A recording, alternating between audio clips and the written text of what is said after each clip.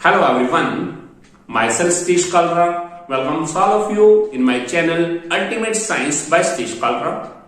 And dear students, आप सभी जानते ही हैं कि हरियाणा बोर्ड की 10वीं कक्षा की परीक्षाएं शुरू होने वाली हैं और इन परीक्षाओं के लिए हरियाणा बोर्ड ने ब्लूप्रिंट भी जारी किया है। और आपने देखा होगा कि साइंस का पेपर जो हमारा 7 नंबर का पेपर है उसमें से 30 मार्क्स का ऑब्जेक्टिव होगा और 30 मार्क्स का सब्जेक्टिव क्वेश्चंस होंगे। अब इन 30 मार्क्स के ऑब्जेक्टिव क्वेश्चंस में क्या आ सकता है, तो बता रहा हूं मैं आपको कि इस 30 मार्क्स के ऑब्जेक्टिव क्वेश्चंस में आपके पास फिल इन द ब्लैंक्स आ सकते हैं, एमसीक्यू क्वेश्चन आएंगी और साथ साथ क्या है वन वर्ड आंसर वाले क्वेश्चंस आएंगे। अब 60 में से 30 मार्क्स, इसका मतलब ऑब्जेक्टिव पार्ट की इक्वल वेटेज है, 50% वेटेज है। सो इसी चीज को ध्यान में रखते हुए मैंने फिजिक्स, केमिस्ट्री और बायोलॉजी इनकी ऑब्जेक्टिव क्वेश्चंस की सीरीज बनाई है और इस सीरीज में मैंने जो पिछले बोर्ड एग्जाम्स में क्वेश्चंस आए हैं उन सभी को भी कवर किया है। आज मैं शुरू करने जा रहा हूं साइंस सब्जेक्ट के फिजिक्स पार्ट की ऑब्जेक्टिव सीरीज और इस ऑब्जेक्टिव सीरीज में मैंने 5 पार्ट कवर किए हैं। पार्ट 10 प्रकाश, परावर्तन और अपवर्तन, पार्ट 11 मानव नेत्र तथा रंग बिरंगा संसार, पार्ट 12 विद्युत, पार्ट 13 विद्युत धारा के चुंबकीय प्रभाव और सबसे लास्ट में पार्ट 14 ऊर्जा के स्रोत। So let's start the most important objective questions of part 10 प्रकाश, परावर्तन और अपवर्तन।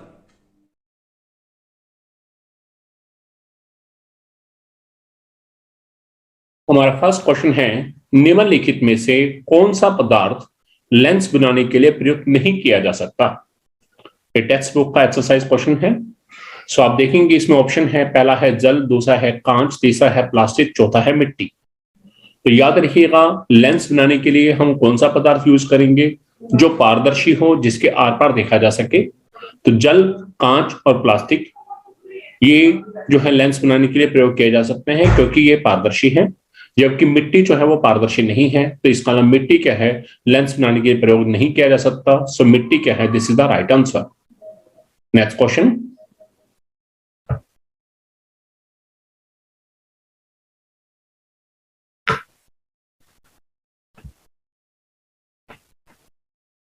नेक्स्ट क्वेश्चन है, किसी बिंब का अवतल दर्पण द्वारा बना प्रतिबिंब आभासी, सीधा तथा बिंब से बड़ा पाया गया।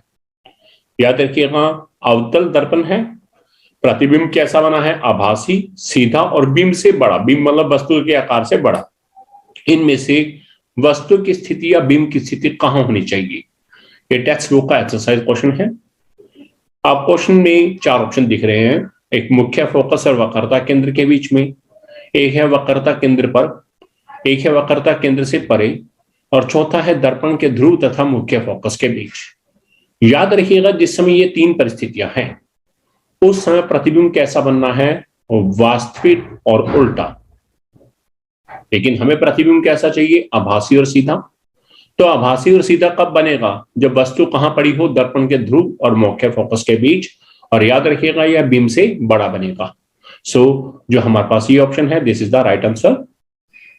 ध्यान रखिएगा अवतल दर्पण जो है मेनली कैसा प्रतिबिंब बनाता है, वास्तविक और उल्टा। और आभासी और सीधा कब बनेगा, जिस समय वस्तु जो है या बिंब जो है दर्पण के ध्रुव और मुख्य फोकस के बीच में हो। नेक्स्ट क्वेश्चन,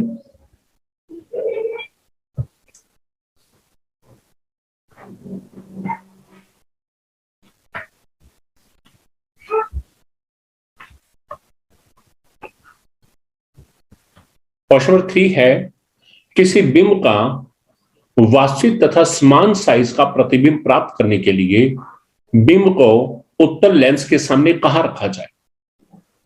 हमें वास्तविक चाहिए और समान साइज का, यानी कि बिंब का आकार और प्रतिबिंब का आकार दोनों बराबर हों।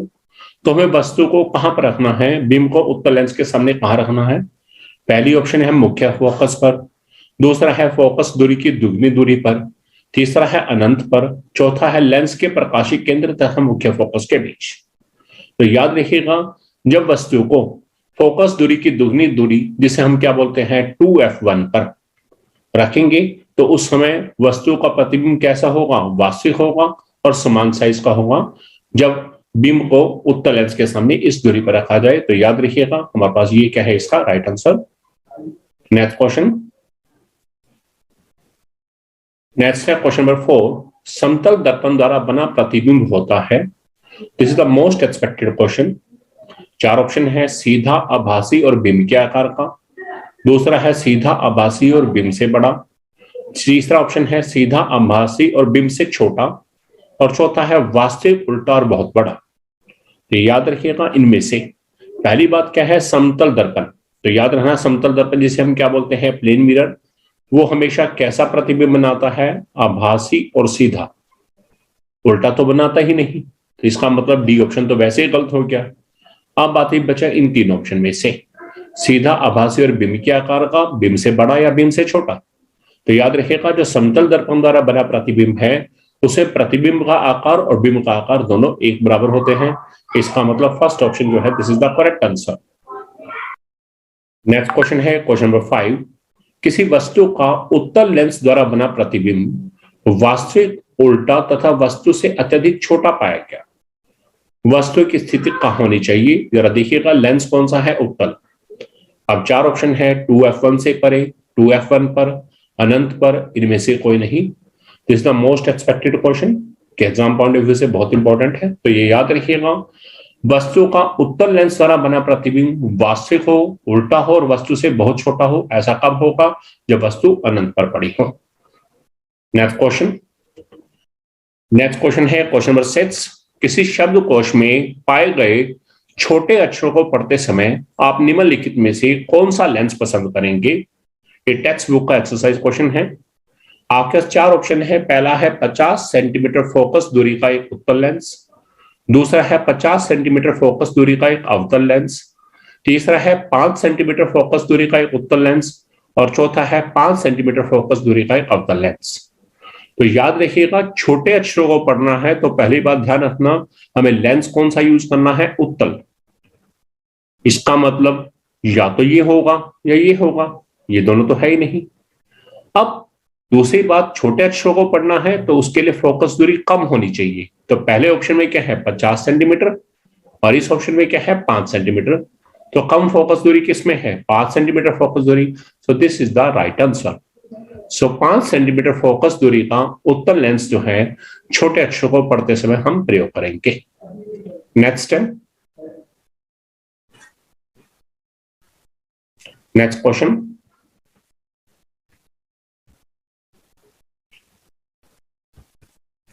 क्वेश्चन नंबर 7 है, किसी वाहन चालक द्वारा पीछे का दृश्य देखने के लिए किस दर्पण का प्रयोग किया जाता है। This is the most expected question. पहला है अवतल दर्पण, दूसरा है उत्तल दर्पण, तीसरा है समतल दर्पण, चौथा है इनमें से कोई नहीं। तो याद रखिएगा वाहन चालक है, उसे पीछे का दृश्य साफ देखना है तो वह कौन सा दर्पण का प्रयोग करेगा, उत्तल दर्पण।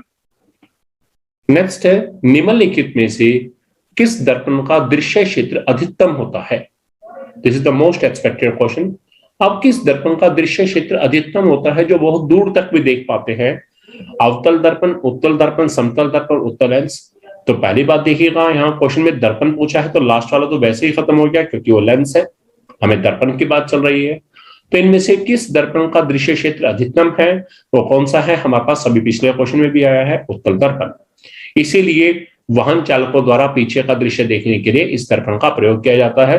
क्यों, क्योंकि इस दर्पण का दृश्य क्षेत्र अधिकतम होता है। यह क्वेश्चन बहुत इंपॉर्टेंट है कि किस दर्पण का दृश्य क्षेत्र अधिकतम होता है और किस दर्पण को वाहन चालक द्वारा पीछे का दृश्य देखने के लिए प्रयोग किया जाता है। बहुत अच्छा क्वेश्चन है। नेक्स्ट क्वेश्चन,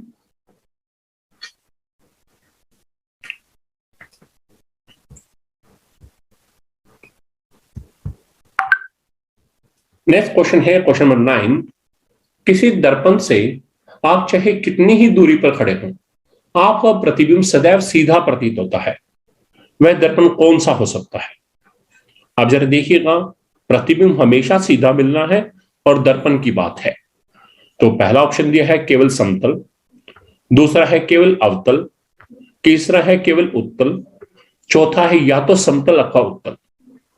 अब अवतल के केस में मैक्सिमम केसेस में क्या होता है, प्रतिबिंब उल्टा होता है। इसका मतलब ये तो होगा नहीं, केवल एक ही परिस्थिति है जिस समय यह सीधा होगा, जिस समय वस्तु कहां पर पड़ी होती है, मुख्य फोकस और दर्पण के ध्रुव के बीच में।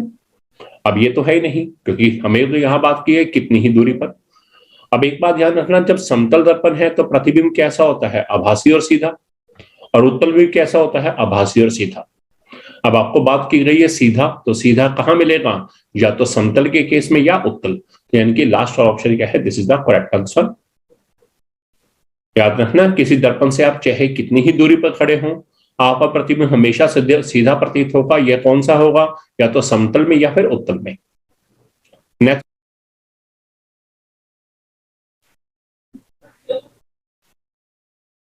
नेक्स्ट क्वेश्चन है क्वेश्चन नंबर 10। वक्रता, त्रिज्या तथा फोकस दूरी के बीच संबंध है। This is the most expected question. वक्रता त्रिज्या है उसे हम आर से शो करते हैं, फोकस दूरी को एफ से। अब हमें देखना है इन दोनों में आपस में क्या संबंध है। तो याद रखिएगा, वक्रता त्रिज्या जो है हमेशा फोकस दूरी का दोगुना है। तो आर जो है वो एफ का क्या है, दोगुना, यानी कि आर बराबर में क्या है, 2f है। और यदि में फोकस दूरी निकालनी है तो वो क्या होगा, वक्रता त्रिज्या का हाफ, यानी कि वक्रता त्रिज्या का आधा। तो देखिएगा, पहला ऑप्शन दिया है आर बराबर एफ, ये नहीं है। तीसरे में आर बराबर 4f, ये भी नहीं है। चौथा क्या है, आर बराबर एफ बटा 2, जबकि ये तो उल्टा है, एफ बराबर में आर बटा 2 है, ये भी नहीं है। तो आर बराबर 2f, this is the right answer. Next question, ये रिलेशन याद रखना है कि फोकस दूरी जो है वक्रता त्रिज्या का आधा है, यानी कि एफ बराबर में आर बटा 2 है, और वक्रता त्रिज्या आर जो है फोकस दूरी का दोगुना है, यानी कि आर बराबर में 2 गुना में एफ, 2f।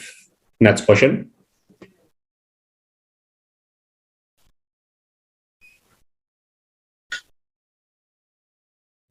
है क्वेश्चन नंबर 11। किसी गोलीय दर्पण तथा किसी पतले गोलीय लेंस दोनों की फोकस दूरियां -15 सेंटीमीटर है। दर्पण तथा लेंस संभवतः है। ये टेक्स्ट बुक का एक्सरसाइज क्वेश्चन है। अब एक तो गोलीय दर्पण है और एक क्या है, लेंस है। दोनों की फोकस दूरी क्या है, -15 सेंटीमीटर है। तो आपको ये देखना है ये क्या है। पहला ऑप्शन है दोनों अवतल, दूसरा है दोनों उत्तल, तीसरा ऑप्शन है दर्पण तो अवतल है लेकिन लेंस कैसा है, उत्तल, और चौथा ऑप्शन है दर्पण उत्तल और लेंस अवतल। तो ये याद रखिएगा, यहां पर गोलीय दर्पण हो और लेंस, यदि दोनों की फोकस दूरी -15 है तो इसका मतलब दोनों ही क्या होंगे, अवतल। तो दोनों अवतल है ये, क्योंकि अवतल लेंस है और अवतल दर्पण है, दोनों की फोकस दूरी क्या होती है, ऋणात्मक, यानी कि माइनस में होती है। नेक्स्ट क्वेश्चन, नेक्स्ट है क्वेश्चन नंबर 12। किसी लेंस की क्षमता +4.0 डायोप्टर है, इसकी फोकस दूरी क्या होगी। This is the most expected question. अब इसमें चार ऑप्शन है, +0.25 मीटर, दूसरा है +4.0 मीटर, तीसरा है -0.25 मीटर, चौथा है +2.0 मीटर। तो सबसे पहली बात याद रखना, जो लेंस की क्षमता है, इसे हम क्षमता को क्या बोलते हैं, पावर, इसे कैपिटल P से प्रदर्शित करते हैं, और फोकस दूरी को स्मॉल f से। तो पहली बात आती है कि इन दोनों में क्या रिलेशन है, इन दोनों में क्या संबंध है। तो याद रखना, किसी लेंस की क्षमता जो है वो फोकस दूरी के व्युत्क्रम के बराबर है, तो यानी कि P बराबर में क्या है, 1/f। तो यहां से f बराबर में क्या रहेगा, 1/p। अब हम लेंस की क्षमता की वैल्यू को यहां रखेंगे, तो f बराबर में 1/+4। जब इसे सोल्व करेंगे तो आंसर क्या आएगा, +0.25 मीटर। याद रखना, लेंस की क्षमता का मात्रक मीटर शक्ति -1 है, और फोकस दूरी है, इसका मात्रक क्या है, मीटर। तो इसका मतलब फोकस दूरी क्या आ गई है हमारी, 1/+4, और जब इसे रखा तो ये आंसर कितना आएगा, +0.25 मीटर। तो ये जो फर्स्ट ऑप्शन है +0.25 metre, this is the right answer. बहुत अच्छा क्वेश्चन है। आपसे पूछा जाता है लेंस की क्षमता हो तो फोकस दूरी निकालना, और यदि फोकस दूरी दी हो तो क्षमता निकालना। याद रखना, दोनों ही एक दूसरे के व्युत्क्रम होंगे, और दोनों के आगे साइन जो है, यदि क्षमता का साइन प्लस में है तो फोकस दूरी का भी प्लस आएगा, और यदि वो माइनस में है तो फोकस दूरी का साइन भी क्या आएगा, माइनस में आएगा।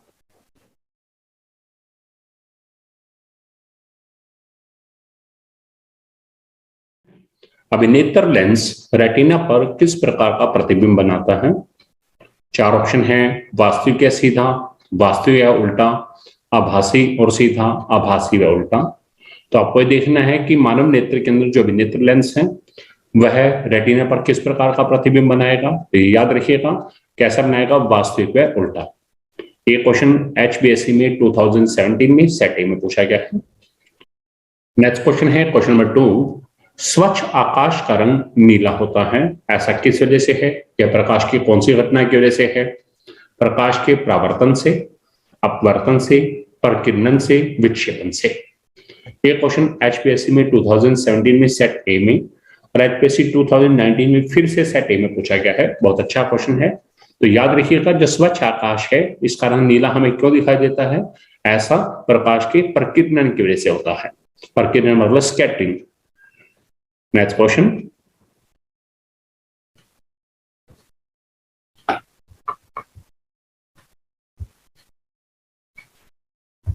नेक्स्ट क्वेश्चन है, प्रकाश के किस प्रभाव के कारण तारे टिमटिमाते हैं? अब तारे किस वजह से टिमटिमाते हैं देखिएगा, पहला है अपवर्तन, दूसरा है परावर्तन, तीसरा है विक्षेपण, चौथा है प्रकिरणन। आप देखेंगे ये क्वेश्चन कितना इंपॉर्टेंट है। ये HPSC 2017 में सेट बी में, HPSC 2018 में फिर सेट बी में, HPSC 2019 सेट सी, इन 3 सालों में ये क्वेश्चन पूछा गया है। तो याद रखिएगा, प्रकाश के किस प्रभाव के कारण तारे टिमटिमाते हैं? यह होता है वायुमंडलीय अपवर्तन की वजह से। तो ये ए ऑप्शन जो है, this is the correct answer. Next question,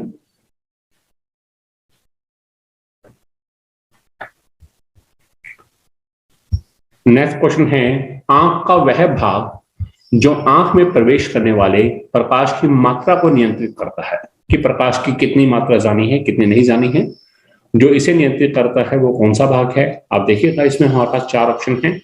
पहला है स्वच्छ मंडल, जिसे कॉर्निया बोलते हैं, दूसरा है नेत्रगोलक जिसे आईबॉल बोलते हैं, तीसरा है परितारिका जिसे बोलते हैं आइरिस, और चौथा है पुतली जिसे बोलते हैं प्यूपिल। ये है हमारे पास कॉर्निया, आईबॉल, आइरिस और ये है प्यूपिल। तो याद रखिएगा, आंख का कौन सा ऐसा भाग है जो आंख में प्रवेश करने वाली प्रकाश की मात्रा को नियंत्रित करता है, वो कौन सा है? पुतली। ये क्वेश्चन HPSC में 2017 में सेट बी में पूछा गया है। नेक्स्ट क्वेश्चन,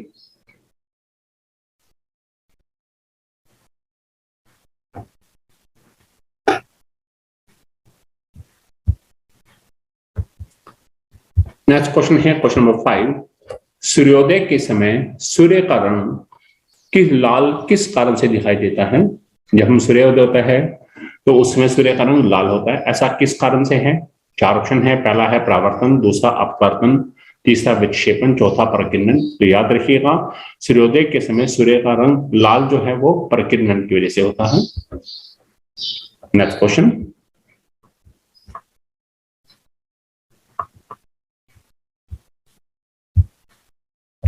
ये क्वेश्चन भी HPSC में 2017 में सेट सी में और HPSC 2019 में सेट बी में पूछा गया है।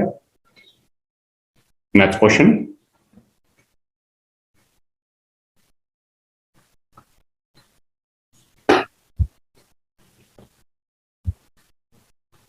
नेक्स्ट क्वेश्चन है क्वेश्चन नंबर 6, नेत्र का वह भाग जो पुतली के आकार को नियंत्रित करता है।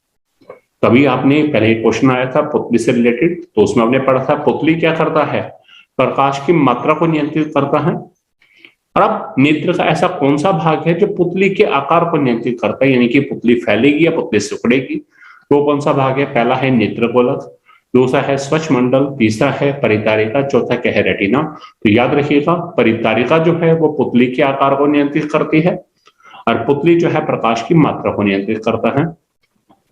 तो ये आइरिस जो है, this is the right answer. ये क्वेश्चन HPSC में 2017 में सेट सी में पूछा गया है। नेक्स्ट क्वेश्चन, ये दोनों बड़े अच्छे क्वेश्चन हैं। पुतली जो है वह प्रकाश की मात्रा को नियंत्रित करेगा और परितारिका आइरिस जो है वो पुतली के आकार को नियंत्रित करता है। नेक्स्ट क्वेश्चन,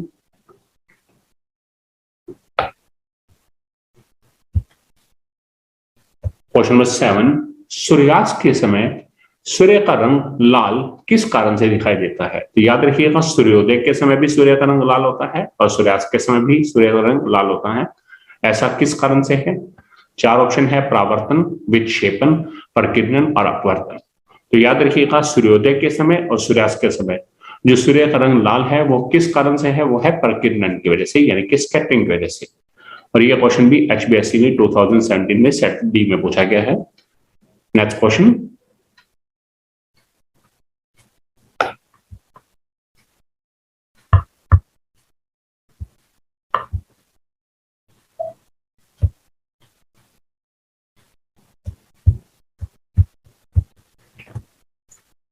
नेक्स्ट क्वेश्चन है, वह पतली झिल्ली जिससे होकर प्रकाश नेत्र में प्रवेश करता है। हमारी आंख में जो प्रकाश प्रवेश करता है वो किस पतली झिल्ली से निकलता है? ए ऑप्शन है नेत्रगोलक, बी है स्वच्छमंडल, तीसरा है परिचारिका, चौथा है पुतली। तो इनमें से याद रखिएगा वो कौन सा है, स्वच्छमंडल, जिसे हम क्या बोलते हैं, कॉर्निया। तो कॉर्निया क्या है, एक ऐसी पतली झिल्ली है जिसमें से होकर प्रकाश नेत्र में प्रवेश करता है। ये क्वेश्चन HPSC में 2017 में सेट डी में पूछा गया है। नेक्स्ट क्वेश्चन,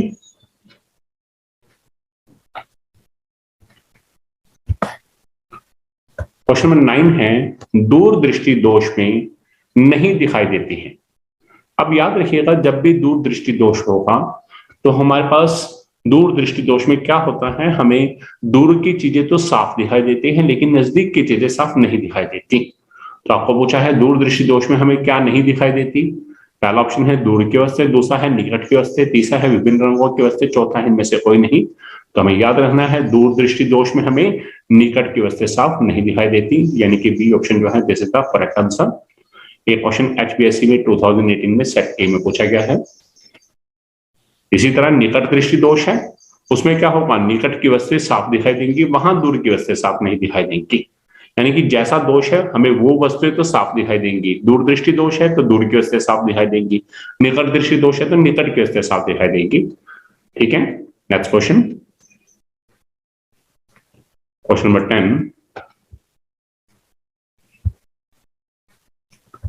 सूर्योदय तथा सूर्यास्त के समय सूर्य और उसके आसपास के आकाश का रक्ताभ प्रवर्तित होने का मुख्य कारण कम तरंगदैर्घ्य के प्रकाश का प्रकीर्णन होता है। याद रखिएगा मैंने आपको पहले भी बताया, सूर्योदय के समय जो सूर्य का प्रकाश है, सूर्य जो है हमें लाल रंग का दिखाई देता है, इसी तरह सूर्यास्त के समय लाल रंग का दिखाई देता है। तो ऐसा किस वजह से होता है, तो ये ऐसा क्या है, प्रकाश के प्रकीर्णन की वजह से होता है। तो ये ऑप्शन प्रावर्तन, बी अपवर्तन, सी प्रकीर्णन, डी इनमें से कोई नहीं। तो प्रकीर्णन सी जो है this is the right answer. ये क्वेश्चन HPSC 2018 सेट ए में पूछा गया है।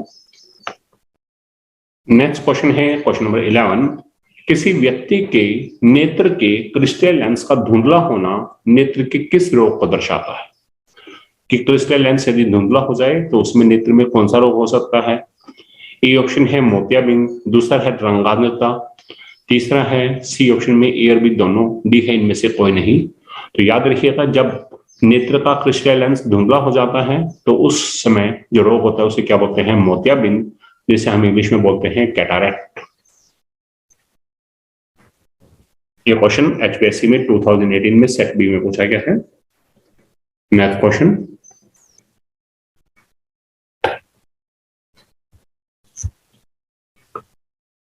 नेक्स्ट क्वेश्चन है क्वेश्चन नंबर 12, वह व्यक्ति जो विभिन्न रंगों को पहचान करने में असमर्थ हो, उसे रंगों की पहचान ना हो पाए, तो वह किस रोग से ग्रसित होता है? ए ऑप्शन है मोतियाबिंद, बी है रंगांधता, सी में ए और बी दोनों, और डी है इनमें से कोई नहीं। तो याद रखिएगा अभी मोतियाबिंद तो हमने पिछले क्वेश्चन में पढ़ा ही है कि क्रिस्टल लेंस का धुंधला हो जाना, और रंगांधता, रंगांधता जिसे हम कलर ब्लाइंडनेस भी बोलते हैं, इस बीमारी में क्या होगा, व्यक्ति जो है प्रॉपर ढंग से रंगों की पहचान नहीं कर सकता, तो इसका रंगांधता, this is the right answer. ये क्वेश्चन HPSC में 2018 में सेट सी में पूछा गया है। नेक्स्ट क्वेश्चन,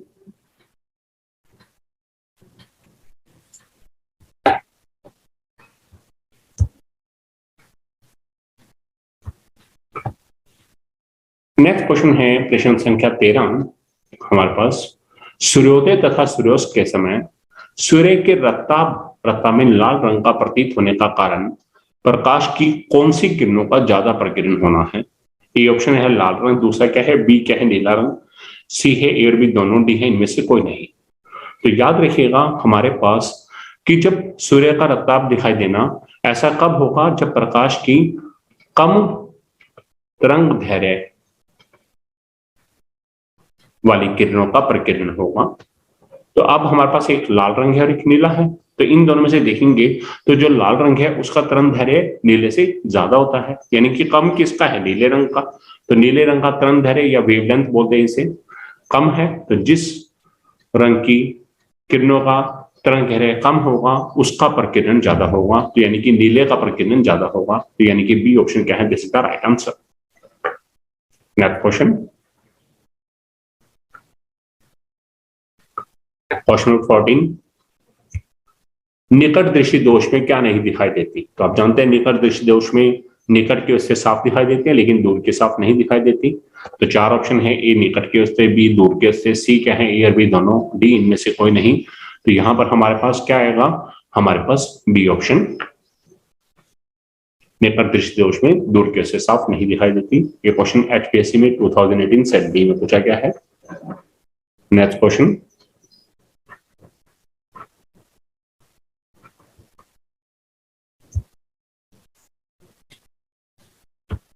नेक्स्ट है अग्रिम सूर्योदय तथा विलंबित सूर्यास्त, इसका मुख्य कारण क्या है। यह प्रश्न संख्या 15 है। यह प्रकाश के अपवर्तन की वजह से है, परावर्तन की वजह से, सी है, ए और बी दोनों, डी क्या है, इनमें से कोई नहीं। तो याद रखिएगा ये हमारे पास कैसा है, ये अपवर्तन की वजह से है, वायुमंडलीय अपवर्तन, अपवर्तन जिसे रिफ्रैक्शन बोलते हैं। ये क्वेश्चन भी आप देख सकते हैं 2 सालों में इकट्ठा आया है, लगातार आया है। एक बार एचपीएससी 2018 में आया सेट डी में, और सेम क्वेश्चन एचपीएससी में 2019 में सेट डी में पूछा गया है। अच्छा क्वेश्चन है, इंपॉर्टेंट क्वेश्चन, आगे भी आ सकता है। नेक्स्ट क्वेश्चन,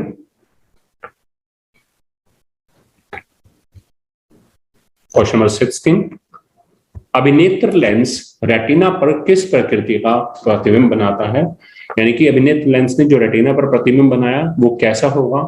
आपने पिछले चैप्टर में पढ़ा है प्रतिबिंब वास्तविक होता है, आभासी होता है, उल्टा होता है, सीधा होता है। तो यहां पर अभिनेत्र लेंस रेटिना पर किस प्रकार का प्रतिबिंब बनाता है, याद रखिएगा वास्तविक, और दूसरा क्या है, उल्टा।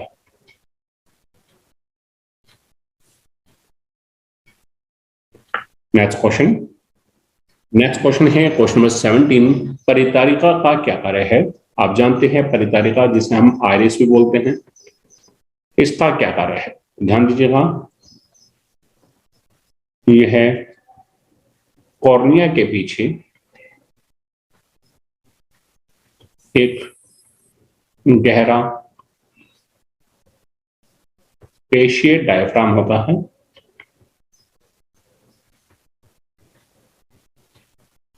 जो पुतली के आकार को नियंत्रित करता है। यानी कि पुतली सिकुड़ेगी या फैलेगी वो किस वजह से है, परितारिका की वजह से। ठीक है, बहुत अच्छा क्वेश्चन है। नेक्स्ट क्वेश्चन,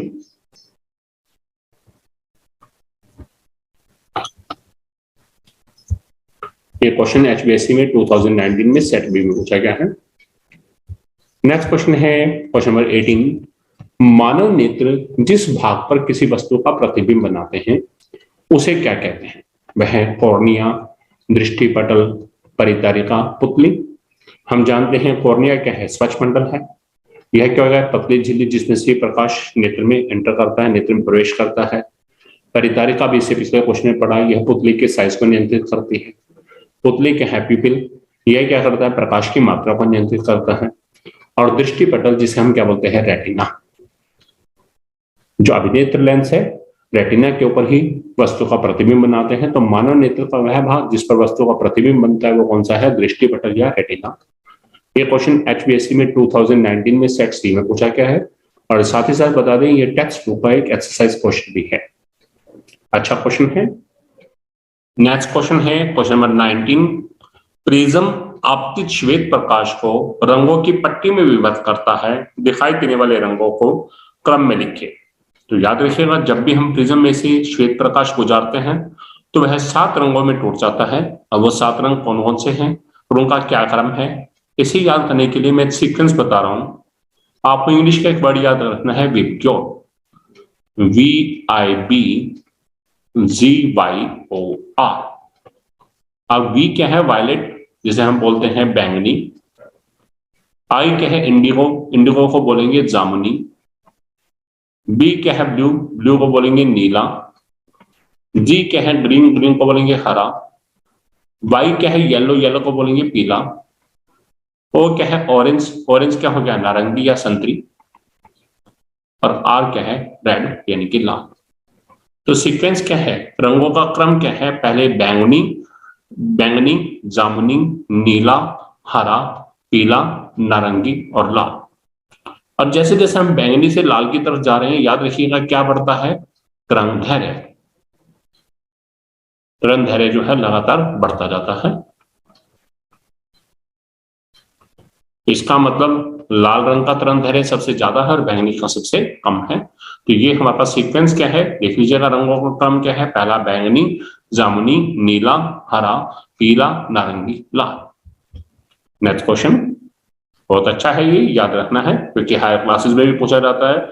श्वेत प्रकाश को प्रिज्म से गुजारेंगे तो रंग कौन कौन से आएंगे और उनका क्रम क्या होगा। नेक्स्ट क्वेश्चन,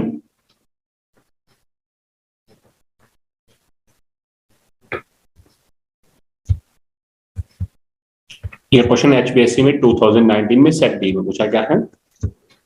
नेक्स्ट क्वेश्चन है क्वेश्चन नंबर 20, मानव नेत्र अभिनेत्र लेंस की फोकस दूरी को, अभिनेत्र लेंस की फोकस दूरी को समायोजित करके विभिन्न दूरी पर रखी वस्तुओं को फोकसित कर सकता है, ऐसा हो पाने का कारण क्या है। ये टेक्स्ट बुक का एक्सरसाइज क्वेश्चन है। यहाँ का 4 ऑप्शन है, पहला है जरा दूरदृष्टिता, दूसरा है समंजन, तीसरा है दूरदृष्टि, चौथा है निकट दृष्टि। तो याद रखिएगा मानव नेत्र जो है अपनी अभिनेत्र लेंस की फोकस दूरी को कम कर सकता है या ज्यादा कर सकता है। तो ऐसा इस गुण को क्या बोलते हैं, ऐसा किस कारण से है, इसका है समंजन, समंजन जिसे बोलते हैं अकोमोडेशन। नेक्स्ट क्वेश्चन, ये टेक्स्ट बुक का एक्सरसाइज क्वेश्चन है, अच्छा क्वेश्चन है।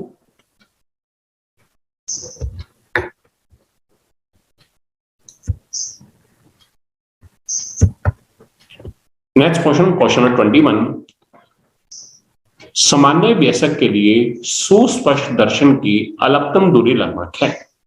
कि सामान्य नेत्र है, सामान्य वयस्क है जिसे कोई किसी तरह की कोई प्रॉब्लम नहीं है, उसके लिए सुस्पष्ट दर्शन की अलगतम दूरी कितनी है। ये भी टेक्स्ट बुक का एक्सरसाइज क्वेश्चन है।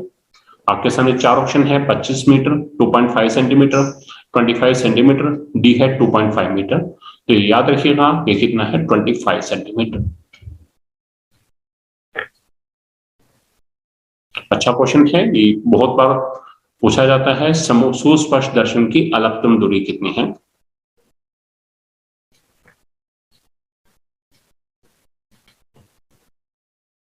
नेक्स्ट क्वेश्चन,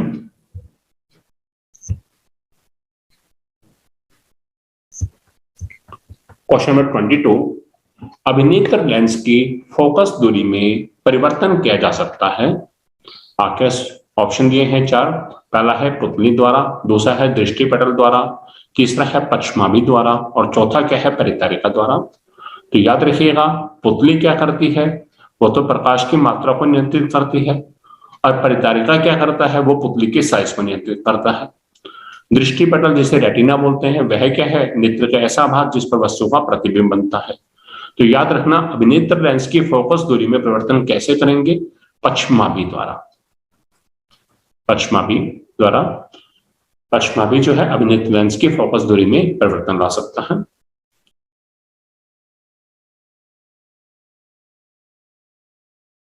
हमारा क्वेश्चन नंबर 1 है, निम्नलिखित में से कौन विद्युत शक्ति को नहीं दर्शाता। अब इस क्वेश्चन को ध्यान से देखिएगा कि ऐसा कौन सा है जो विद्युत शक्ति को नहीं दर्शाता। विद्युत शक्ति जिसे हम क्या बोलते हैं, इलेक्ट्रिक पावर। अब इनमें से कौन है जो इलेक्ट्रिक पावर का सूत्र नहीं है। आपके पास 4 ऑप्शन दी हैं, पहला है आई स्क्वायर आर, दूसरा है आई स्क्वायर बटा आर, सी ऑप्शन है वी आई और डी ऑप्शन है बी स्क्वायर बटा आर। आपको देखना इनमें से कौन सा इलेक्ट्रिक पावर यानी कि विद्युत शक्ति का सूत्र नहीं है। इसको समझाने से पहले जो मैंने इस चैप्टर के अंदर कुछ इंपॉर्टेंट फॉर्मूलाज आए, मैं उन सभी को एक बार आपको दोबारा रिवाइज करा रहा हूं। सबसे पहले आपने इस चैप्टर में पढ़ा विद्युत धारा के बारे में। विद्युत धारा जो है जिसे हम आई से प्रदर्शित करते हैं, तो आई क्या होता है, आपके पास किसी चालक के 2 बिंदुओं के बीच विद्युत आवेश के प्रवाह की दर को क्या बोलते हैं? विद्युत धारा। तो आई बराबर में क्या है? पहला फार्मूला पड़ा है क्यू बटा टी। तो यहां से क्यू का फार्मूला क्या निकल गया? क्यू बराबर में क्या आ गया? I T. और ये टी निकालना तो टी किसका आएगा? क्यू बटा में आई। ये हमने सबसे पहली टर्म पढ़ी थी इस चैप्टर में, विद्युत धारा। दूसरी टर्म हमने पढ़ी विद्युत विभवांतर, जिसे हम V से प्रदर्शित करते हैं इलेक्ट्रिक वोल्टेज। वो क्या होता है? किसी चालक के दो बिंदुओं के बीच किसी आवेश को ले जाने में जितना कार्य किया जाता है उसे क्या बोलते हैं? विद्युत विभवांतर। तो V बराबर में कार्य क्या होता है? वर्क, यानी कि W, और आवेश को क्यू से, तो V बराबर में W बटा क्यू। एक ये फॉर्मूला आपने पढ़ा हुआ है। तो यहां से W किसका आएगा? V into Q. और इसी तरह से क्यू किसके बराबर आ जाएगा? W बटा V।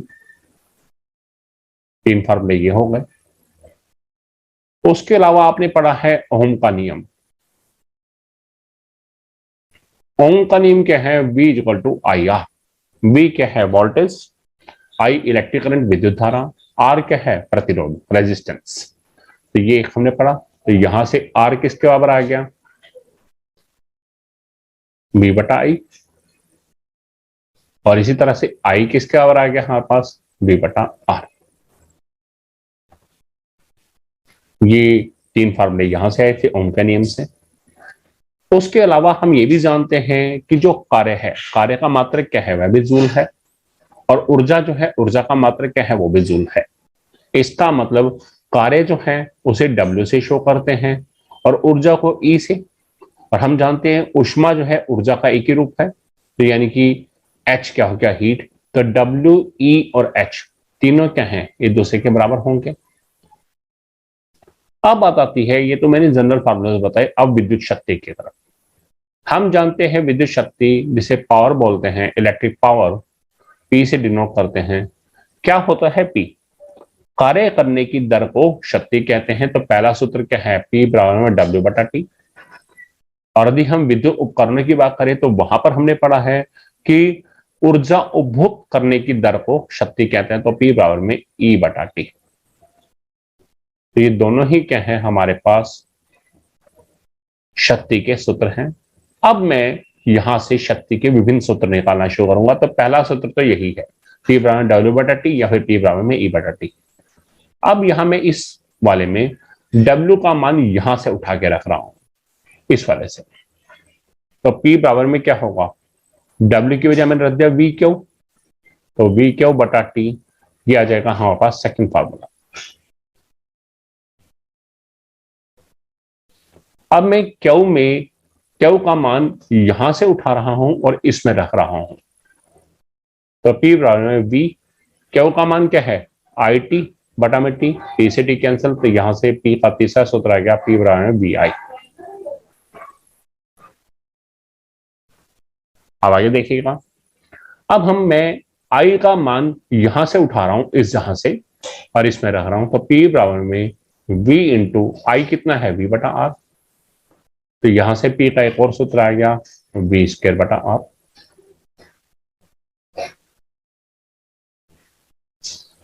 अब इस फार्मूले में ही मैं अब V का मान रख रहा हूं, V का मान यहां से रख रहा हूं। तो P बराबर में V का मान क्या रखा? आई आर इंटू आई। जब इसे सोल्व करूंगा P बराबर में क्या आएगा? आई स्क्वायर आर। तो ये सभी क्या हैं? शक्ति के विभिन्न सूत्र हैं।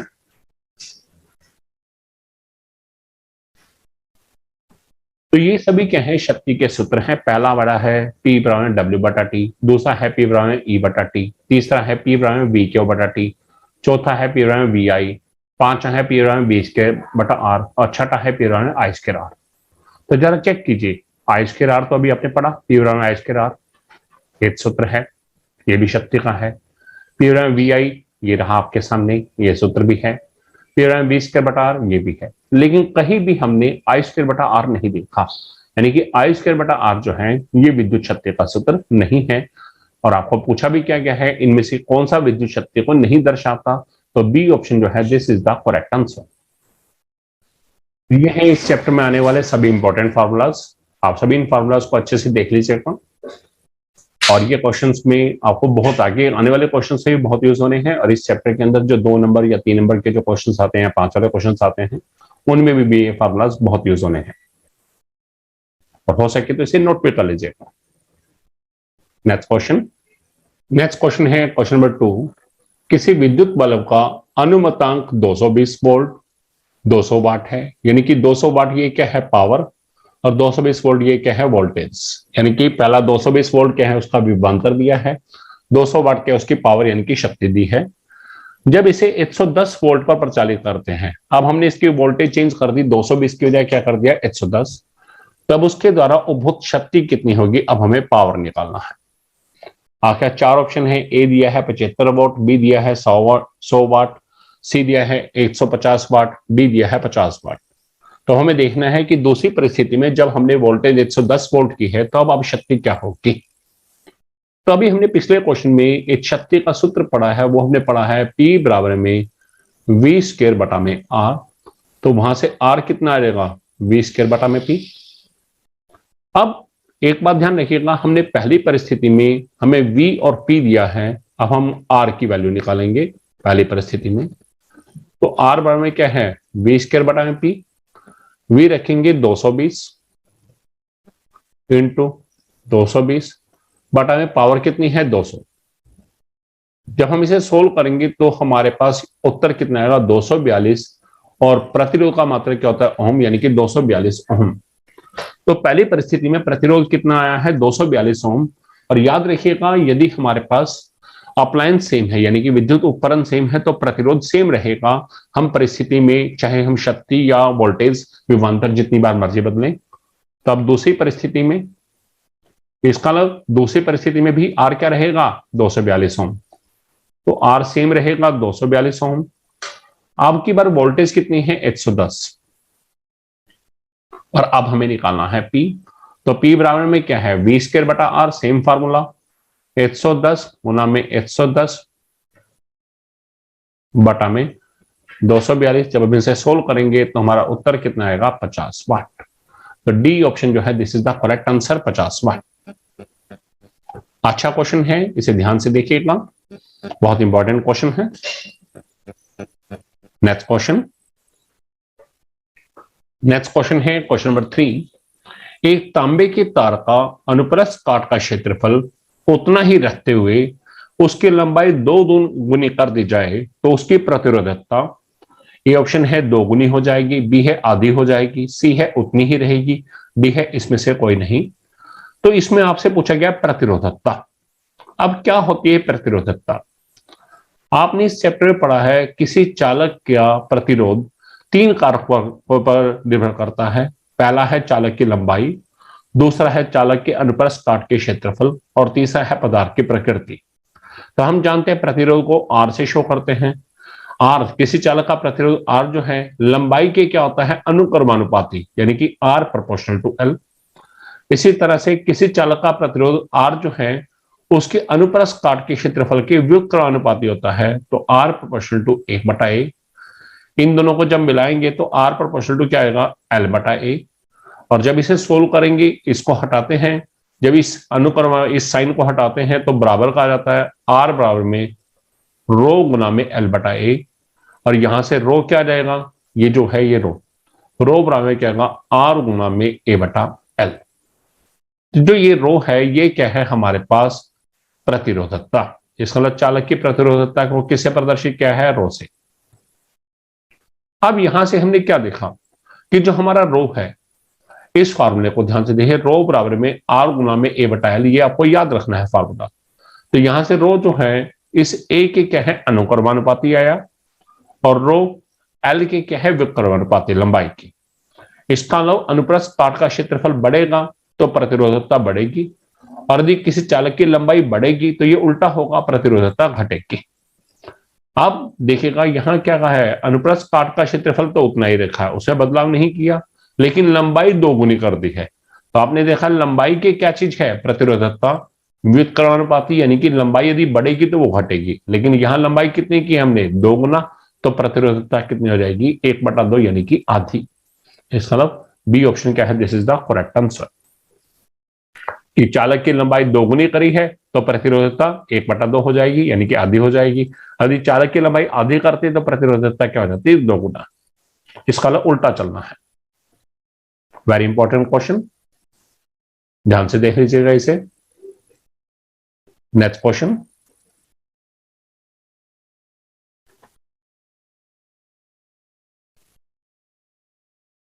ये क्वेश्चन HBSC में 2017 में सेट सी में पूछा गया है।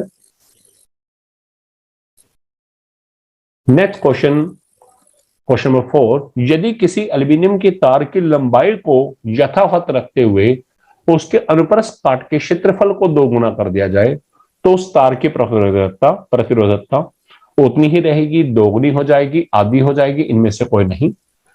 देखिए बिल्कुल मिलता जुलता क्वेश्चन है पिछले वाले से।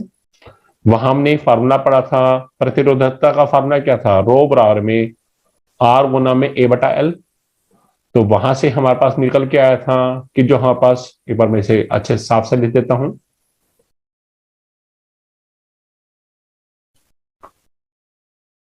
रो बराबर में आर गुना में A/L, ये था हमारे पास फार्मूला।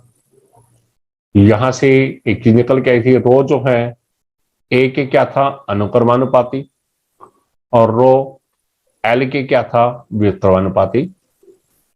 अब हमने क्या करा है, लंबाई को यथावत रखा है, यानी कि लंबाई सेम की सेम है, अनुप्रस्थ काट के क्षेत्रफल को दोगुना किया है। तो प्रतिरोधकता पे क्या फर्क पड़ेगा। तो आपने देखा प्रतिरोधकता क्या है, अनुप्रस्थ काट के क्षेत्रफल के क्या है, अनुक्रमानुपाती है। इसका मतलब जो चीज ए में होगा वही क्या होगा, रो में होगा। इसका मतलब ए अनुप्रस्थ काट का क्षेत्रफल हमने कितना किया है, दोगुना, तो प्रतिरोधकता है वो भी कितनी हो जाएगी, दोगुना। यानी कि बी ऑप्शन क्या है, this is the correct answer. ऐसे क्वेश्चन पेपर में बहुत पूछे जाते हैं, इसलिए इसे ध्यान से समझेगा। नेक्स्ट क्वेश्चन,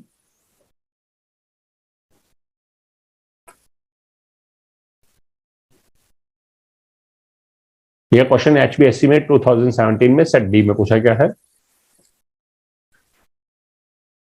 नेक्स्ट क्वेश्चन है क्वेश्चन नंबर 5, विद्युत ऊर्जा के व्यापारिक मात्रक 1 किलोवाट घंटा 1 किलोवाट आवर का मान है।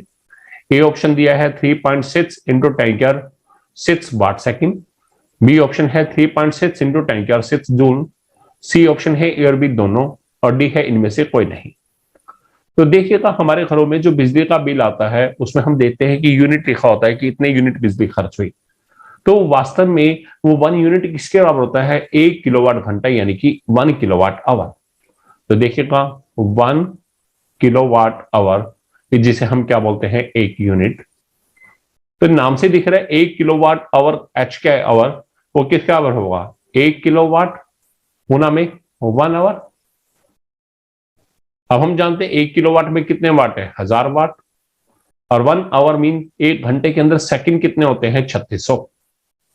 1 घंटे मिनट 60 और 1 मिनट में सेकंड 60, तो 1000 गुना 3600 करें, ये हो गया 36 लाख वाट सेकंड। और इसे यदि वैज्ञानिक पद्धति में देखें तो 3.6 इंटू 10⁻6 वाट सेकंड। इसका मतलब 1 किलोवाट घंटा या 1 यूनिट कितने वाट सेकंड के आवर है, 3.6 इंटू 10⁻6 वाट सेकंड। इसका मतलब पहले वाली ऑप्शन तो सही है। अब जरा दूसरे और चेक कर लें। हम ये भी जानते हैं कि 1 वाट सेकंड हमेशा किसके होता है, 1 जूल के। ये याद रखना है कि 1 वाट सेकंड किसके बराबर है, 1 जूल के। तो इसका मतलब इतने वाट सेकंड है तो इसकी जगह मैं जूल भी ले सकता हूं। तो 3.6 इंटू 10⁻6 जूल। तो 1 किलोवाट घंटा किसके बराबर है, 3.6 इंटू 10⁻6 इंटू मीन गुना का निशान 10 की शक्ति 6 जूल। इसका मतलब ये भी सही है, ए भी सही है, बी भी सही है। तो सी ऑप्शन में क्या कहा है, ए और बी दोनों, इसका मतलब सी ऑप्शन सही है। और डी क्या है, इनमें से कोई नहीं, तो डी तो हो ही नहीं सकता। तो यानी कि ए और बी दोनों ही किसकी वैल्यू है, 1 किलोवाट आवर की। इसलिए राइट आंसर क्या है, सी। सी क्या आएगा, ए और बी दोनों। तो याद रखना है 1 किलोवाट घंटा जिसे हम 1 यूनिट बोलते हैं, ये किसके बराबर है, 3.6 गुना 10 की शक्ति 6 वाट सेकंड, या 3.6 गुना में 10 की शक्ति 6 जूल, या इसे वैसे बात करें तो 36 लाख वाट सेकंड या 36 लाख जूल के बराबर है। सो ये था हमारा question number 5, very important question. ये क्वेश्चन HBSC में 2018 में सेट ए में पूछा गया है। Next question. Next question number 6, निम्न में से कौन विद्युत शक्ति को नहीं दर्शाता है, यानी कि पावर के सूत्र। ऐसा ही मिलता जुलता क्वेश्चन हमारे पास क्वेश्चन नंबर 1 भी था। पहला सूत्र दिया है पी बराबर वी आई, दूसरा है पी बराबर वी क्यू बटा टी, तीसरा है पी बराबर आई स्क्वायर आर, चौथा है पी बराबर आई स्क्वायर आर टी। तो जरा देखिएगा, ए ऑप्शन तो सही है क्योंकि ये पावर का सूत्र है, बी भी सही है, सी भी सही है, डी जो है इसमें देखिएगा पी बराबर आई स्क्वायर आर टी। जरा इसे तीसरे से कंपैरिजन करें तो हमने पढ़ा है पी बराबर में आई स्क्वायर आर तो है, लेकिन यहाँ एक्स्ट्रा क्या है टी। इसका मतलब इस सूत्र में तो हमने क्या कर रखा है, पावर को टाइम से गुना कर रखा है, क्योंकि जब ऊपर वाला है ये हमारे पास सब डिराइव कर चुके हैं। और हमने ये पढ़ा भी है कि शक्ति निकालने का सूत्र क्या होता है, कार्य करने की दर को शक्ति बोलते हैं या ऊर्जा उपभोग करने की दर को शक्ति बोलते हैं। तो पी बराबर में क्या होता है ई बटा टी, तो यहां से ई किसका आएगा पी इंटू टी। इसका मतलब जो ये फोर्थ ऑप्शन दिया है इसमें पी इंटू टी है, वो किसका सूत्र है, वो एनर्जी का है, वो किसका सूत्र है एनर्जी का। और यदि पुट करके देखिए सी वाली वैल्यू रखे तो ई बराबर में पी इंटू टी में यदि पुटअप करते हैं तो आई स्क्वायर आर इंटू टी, यानी कि आई स्क्वायर आर टी जो है ये किसका सूत्र है, ये एनर्जी का है ना कि पावर का। तो ये पावर नहीं है, ये क्या है एनर्जी या फिर हीट, एच हीट, एच से बदल सकते हैं उष्मा। तो या तो ये ऊर्जा का सूत्र है या उष्मा का है या कार्य का है, ये शक्ति का सूत्र नहीं है। इसका डी ऑप्शन जो है this is the correct answer. यही डी ऑप्शन जो है ये विद्युत शक्ति का सूत्र नहीं है जो आपसे पूछा गया है। यह क्वेश्चन एचबीएससी में 2018 में सेट बी में पूछा गया है। तो याद रखिएगा ए बी और सी ये तीनों तो क्या है विद्युत शक्ति के सूत्र हैं। जो डी ऑप्शन है वो किसका है, ऊर्जा का, उष्मा का या कार्य का सूत्र है, ना कि शक्ति का। Next question.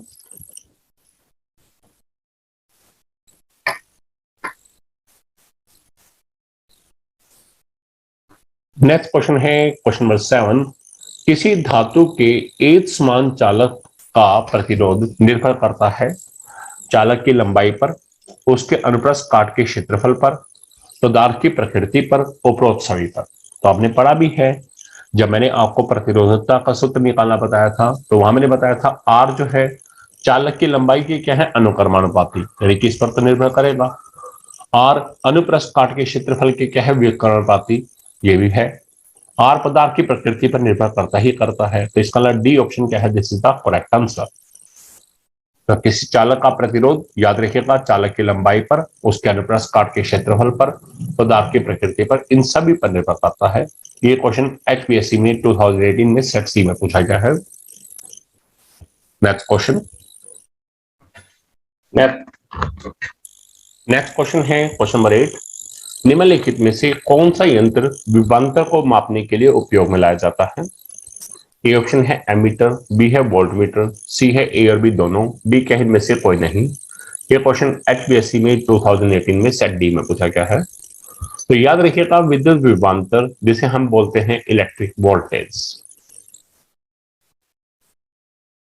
और इसे वी से प्रदर्शित करते हैं, और इसका मात्रक भी क्या है हमारे पास वोल्ट है, जिसे वी से प्रदर्शित करते हैं, उसे भी वी से प्रदर्शित करते हैं। तो विद्युत विभवांतर को मापने वाला यंत्र है वो कौन सा है हमारे पास वोल्टमीटर। सो बी ऑप्शन क्या है, this is the correct answer है। अब यहां बात आती है एमीटर की, तो मैं यहां साथ साथ आपको बता देना चाहता हूं एमीटर क्या है, एक ऐसा यंत्र है जो विद्युत धारा को मापने में प्रयोग किया जाता है। तो विद्युत धारा को मापने वाला यंत्र कौन सा है एमीटर, और विद्युत विभवांतर को मापने वाला यंत्र कौन सा है वोल्टमीटर। अच्छा क्वेश्चन है, बहुत बार पूछा भी जाता है। Next question, question number 9। Next question है क्वेश्चन नंबर 9, चालक तार का प्रतिरोध किन किन कारकों पर निर्भर करता है। ऐसा ही क्वेश्चन पहले आ भी चुका है, तो ध्यान दीजिएगा। चालक तार का प्रतिरोध तीन बातों पर निर्भर करता है। सबसे पहला है चालक की लंबाई पर। अब कैसे, हम जानते हैं प्रतिरोध को आर से शो करते हैं, लंबाई को एल से, एल क्या है लेंथ। तो याद रखिएगा किसी चालक का प्रतिरोध लंबाई की क्या होता है अनुक्रमानुपाती है। दूसरी बात, किसी चालक का प्रतिरोध और किस पर डिपेंड करता है, चालक तार की के अनुप्रस्थ काट के क्षेत्रफल पर। अनुप्रस्थ काट का क्षेत्रफल क्या होगा, ए, जिसे एरिया बोलते हैं। तो याद रखना प्रतिरोध जो है एरिया के क्या है, व्युत्क्रमानुपाती है। ठीक है, अनुप्रस्थ काट के क्षेत्रफल के क्या है, व्युत्क्रमानुपाती है। और तीसरी बात, पदार्थ की प्रकृति पर कि पदार्थ किस प्रकार का है। तो याद रखना है किसी चालक का प्रतिरोध इन तीन बातों पर निर्भर करता है, चालक की लंबाई पर, चालक तार के अनुप्रस्थ काट के क्षेत्रफल पर, और एक है पदार्थ की प्रकृति पर। नेक्स्ट क्वेश्चन,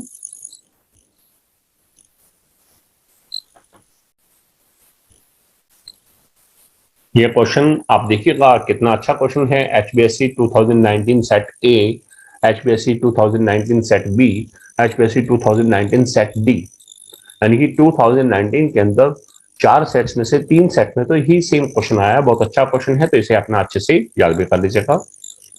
नेक्स्ट क्वेश्चन है क्वेश्चन नंबर 10, विद्युत टोस्टरों तथा विद्युत स्त्रियों के तापन अवयव शुद्ध धातु के ना बने होकर ये किसके बने होते हैं, मिश्र धातुओं के बने होते हैं। मिश्र धातु यानी कि अलॉयज के बने होते हैं, ऐसा क्यों? आपको पूछा जाता है कि भैया उनके अवयव जो हैं, विद्युत टोस्टर हैं चाहे विद्युत स्त्री हैं, उनके तापन अवयव यानी कि एलिमेंट जो हैं शुद्ध धातु के नहीं बने होते, वो किसके होते हैं, मिश्र धातु के। ऐसा क्यों? क्योंकि इसके 2 रीजन है। पहला है मिश्र धातु जो हैं इनकी प्रतिरोधकता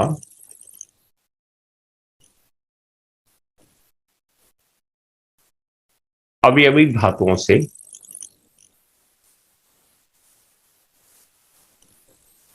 अधिक होती है।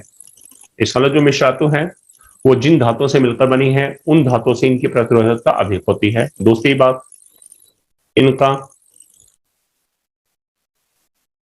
गलनांक भी कुछ होता है। गलनांक क्या है, मेल्टिंग पॉइंट, यानी कि ज्यादा तापमान पर ही पिघलती हैं। तथा तीसरी बात, और तीसरा क्या है, इनका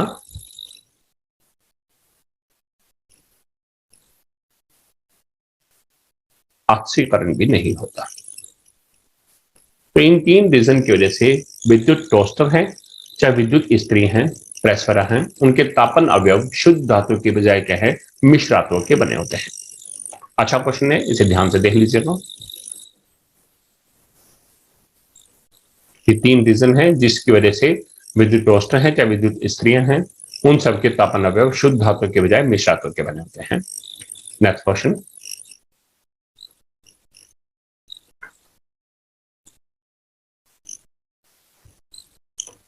ये क्वेश्चन HBSC में 2019 में सेट सी में पूछा गया है। नेक्स्ट क्वेश्चन है क्वेश्चन नंबर 11। अच्छा क्वेश्चन है, प्रतिरोध R के किसी तार के टुकड़े को 5 बराबर भागों में बांटा है। इन टुकड़ों को फिर पार्श्व क्रम में संयोजित किया गया है। यदि संयोजन का कुल तुल्य प्रतिरोध R डैश है तो R बटा R डैश अनुपात का मान क्या होगा?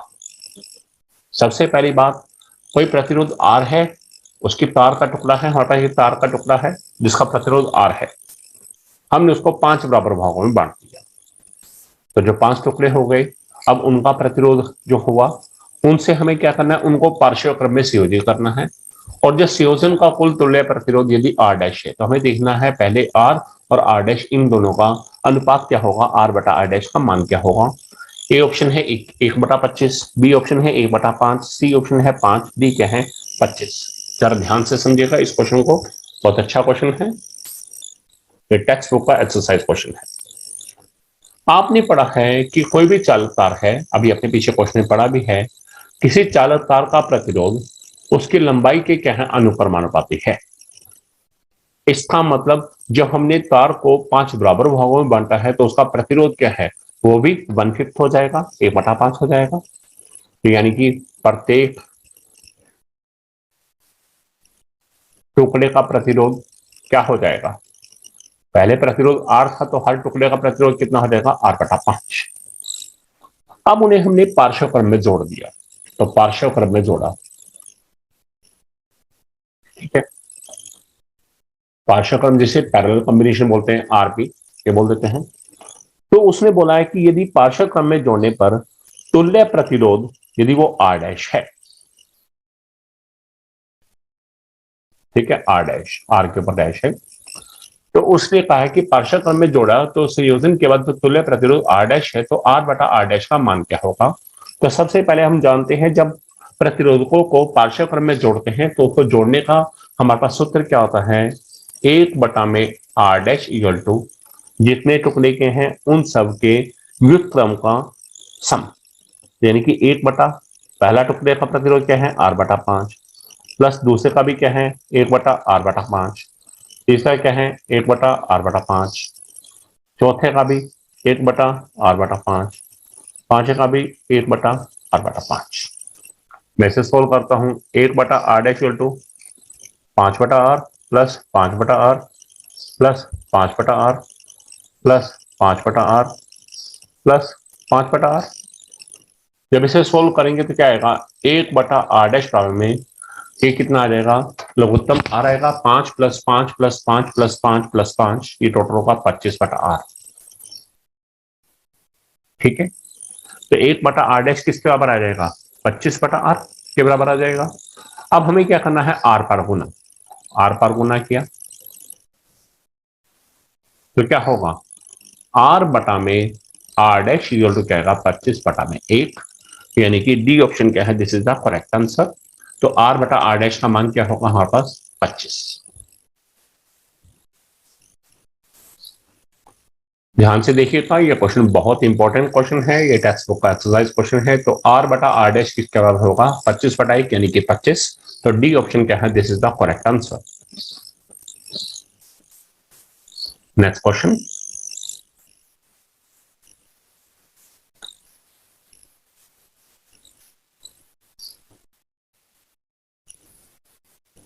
नेक्स्ट क्वेश्चन है, किसी विद्युत बल्ब का अनुमतांक 220 वोल्ट 100 वोल्ट है। जब इसे 110 वोल्ट पर प्रचालित करते हैं तब इसके द्वारा उपभूत शक्ति कितनी होती है। ये टेक्स्ट बुक का एक्सरसाइज क्वेश्चन है। आपके चार ऑप्शन है, 100 वाट, 75 वाट, 50 वाट, 25 वाट। ऐसा ही मिलता जुलता क्वेश्चन पहले भी आ चुका है। अब हम जानते हैं यदि अप्लायंस सेम है, विद्युत बल्ब सेम का सेम है, तो उसका प्रतिरोध सेम रहेगा। और आपने शक्ति निकालने का सूत्र भी पढ़ा है। शक्ति निकालने का सूत्र क्या है, P बराबर में V स्क्वायर बटा R। तो R बराबर में क्या आएगा, V स्क्वायर बटा में P। तो जब हम पहली परिस्थिति में देखते हैं, पहली परिस्थिति में हम उस विद्युत बल्ब का प्रतिरोध निकालते हैं तो R बराबर में क्या है, V स्क्वायर बटा P। तो R बराबर में पहले वाले में वोल्टेज कितनी है, 220, तो 220 इंटू 220 बटा में पावर कितनी दी है, 100 वाट, बटा में 100 कर दिया। तो जब इसे सोल्व करते हैं तो हमारे पास कितना आता है, रेजिस्टेंस प्रतिरोध कितना आता है, 484 ओम। तो परिस्थिति चेंज की, लेकिन बल्ब वही का वही है, तो इसका मतलब प्रतिरोध सेम रहेगा। अब दूसरी परिस्थिति में अब की बार 110 वोल्ट, यानी कि वोल्टेज कितनी है, 110 वोल्ट, आर कितना है, 484। तो हमें शक्ति निकालनी है P। तो P बराबर में V स्क्वायर बटा में R। अब पुट किया तो P बराबर में वोल्टेज कितनी दी है, 110, तो 110 गुना में 110 बटा में R कितना लेंगे, 484। तो जरा चेक करेंगे, 11 पे हमने इसे कैंसिल किया तो ये आ गया 10, ये आ जाएगा 44, फिर 11 पे कैंसिल किया, ये आ गया 10, ये आ गया 4, 2 पे काटा 2, 5, फिर 2 पे कैंसिल किया 5, तो 5 ऐसा क्या होगा, 25। तो 25 watt, this is the correct answer. D option क्या है हमारा, 25 वाट, ये क्या है इस क्वेश्चन का आंसर है। ये भी क्या है, टेक्स्ट बुक का एक्सरसाइज क्वेश्चन है, अच्छा क्वेश्चन है, आप इसे ध्यान से देखिएगा। इस वीडियो में मैंने ऐसे दो क्वेश्चन लिए हैं और दोनों ही क्वेश्चन जो है एग्जाम पॉइंट ऑफ व्यू से बहुत ही इंपॉर्टेंट है। नेक्स्ट क्वेश्चन है क्वेश्चन नंबर 13। दो चालक तार जिनके पदार्थ लंबाई तथा व्यास समान है, किसी विद्युत परिपथ में उन्हें पहले श्रेणी क्रम में जोड़ा है और फिर पार्श्व क्रम में। श्रेणी क्रम और पार्श्व क्रम में प्राप्त ऊष्माओं का अनुपात क्या होगा। आपको ऊष्माओं का अनुपात निकालना है, यानी कि ऊष्मा का अनुपात। ये टेक्स्ट बुक का एक्सरसाइज क्वेश्चन है, चार ऑप्शन है। ए ऑप्शन है 1:2, बी है 2:1 2:1, सी है 1:4 और डी क्या है 4:1। तो हमें देखना है इनमें से कौन सा जो है करेक्ट आंसर है। तभी अपने पीछे क्वेश्चन में पढ़ा भी था, कि किसी चालक का प्रतिरोध R जो है उसकी लंबाई की क्या है, अनुक्रमानुपाती है। इसका मतलब यदि चालक तार की लंबाई सेम है, इसका मतलब क्या है, उसका रेजिस्टेंस यानी कि प्रतिरोध क्या है, वो सेम है। इसका मतलब मेरे पास दो टुकड़े हैं और दोनों का प्रतिरोध यदि R का हो तो माना प्रत्येक टुकड़े का प्रतिरोध जो है वो R है। तो जब उन्हें श्रेणी क्रम में जोड़ेंगे तो श्रेणी क्रम में संयोजन करेंगे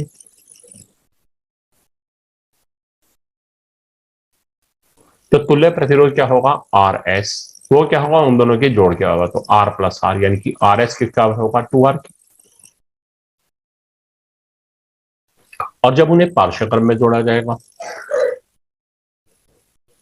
पार्श्व क्रम में संयोजन करेंगे तो उस समय तुल्य प्रतिरोधी आरपी है, तो 1/RP किसका होगा, 1/R प्लस 1/R। तो जब इसे सोल्व करेंगे तो 1/RP किसका बराएगा, 2/R। तो यहां से आरपी किसका आ जाएगा, R/2। यह है क्या हमारे पास। अब हमें, ये तो हमने तुल्य प्रतिरोध निकाल दिए श्रेणी क्रम में संयोजन में और पार्श्व क्रम में संयोजन में, लेकिन हमें क्या निकालना है, ऊष्माओं का अनुपात। तो अब हम जानते हैं ऊष्मा निकालने का सूत्र क्या है, ऊष्मा को H से शो करते हैं, H मतलब हीट। इसको निकालने का सूत्र क्या है, V²/T/R। ये सूत्र है। अब यदि हम श्रेणी क्रम में जोड़ेंगे तो HS बन जाएगा और इस जहां पर R में क्या आएगा, RS हो जाएगा। और यदि पार्श्व क्रम में जोड़ेंगे तो HP हो जाएगा और यहां R की जगह क्या आएगा, RP। बाकी सब चीज सेम। तो अब हमें क्या निकालना है, श्रेणी क्रम और पार्श्व क्रम में प्राप्त ऊष्माओं का अनुपात, यानी कि हमें HS/HP इसकी वैल्यू निकालनी है। तो HS/HP क्या होगा, पहले HS देखें, V²/T/RS बटा में V²/T/RP। वैल्यू रखेंगे तो HS/HP क्या होगा, ये तो कैंसिल होगा, V²/T ये कैंसिल हो जाएगा, 1/RS बटा में 1/RP। 1/RS कितना है, 2R। और 1/RP कितना है हमारे पास, R/2 है, 1 में R/2। सोल्व करेंगे HS/HP क्या होगा, 1/2R चला जाएगा और ये R/2 क्या है, 2/R है। इसे सोल्व करेंगे तो ये भी क्या बन जाएगा, 1/2, R/2 बन जाएगा ये। ठीक है, R से R कैंसल। तो आप देखिएगा HS अनुपात HP कितना निकल के आएगा, 1/4। सोल्व करके देखिएगा, HS/HP कितना है, 1/2R डिवाइड बाय 1 बटा में R/2। तो HS/HP क्या आएगा हमारे पास, 1:4। सही 1:4, यानी कि सी ऑप्शन क्या है, this is the correct answer. अच्छा क्वेश्चन है ये, टेक्स्ट बुक एक्सरसाइज क्वेश्चन है, इसे ध्यान से देखिएगा, बहुत इंपॉर्टेंट क्वेश्चन है। नेक्स्ट क्वेश्चन, इस क्वेश्चन को अच्छे से आप देख लीजिएगा। नेक्स्ट क्वेश्चन,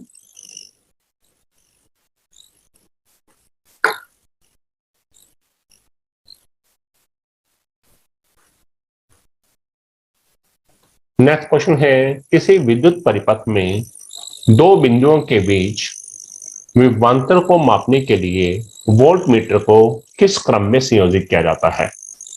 तो हमारे पास दो क्रम है, एक है श्रेणी क्रम, दूसरा क्या है, पार्श्व क्रम। तो याद रखिएगा कि वोल्ट मीटर को हमें जोड़ना है तो किस क्रम में उसे जोड़ेंगे। तो याद रखिएगा, वोल्ट मीटर को विभवांतर मापने के लिए जो वोल्ट मीटर है उसे हमेशा कैसे जोड़ा जाता है, पार्श्व क्रम में।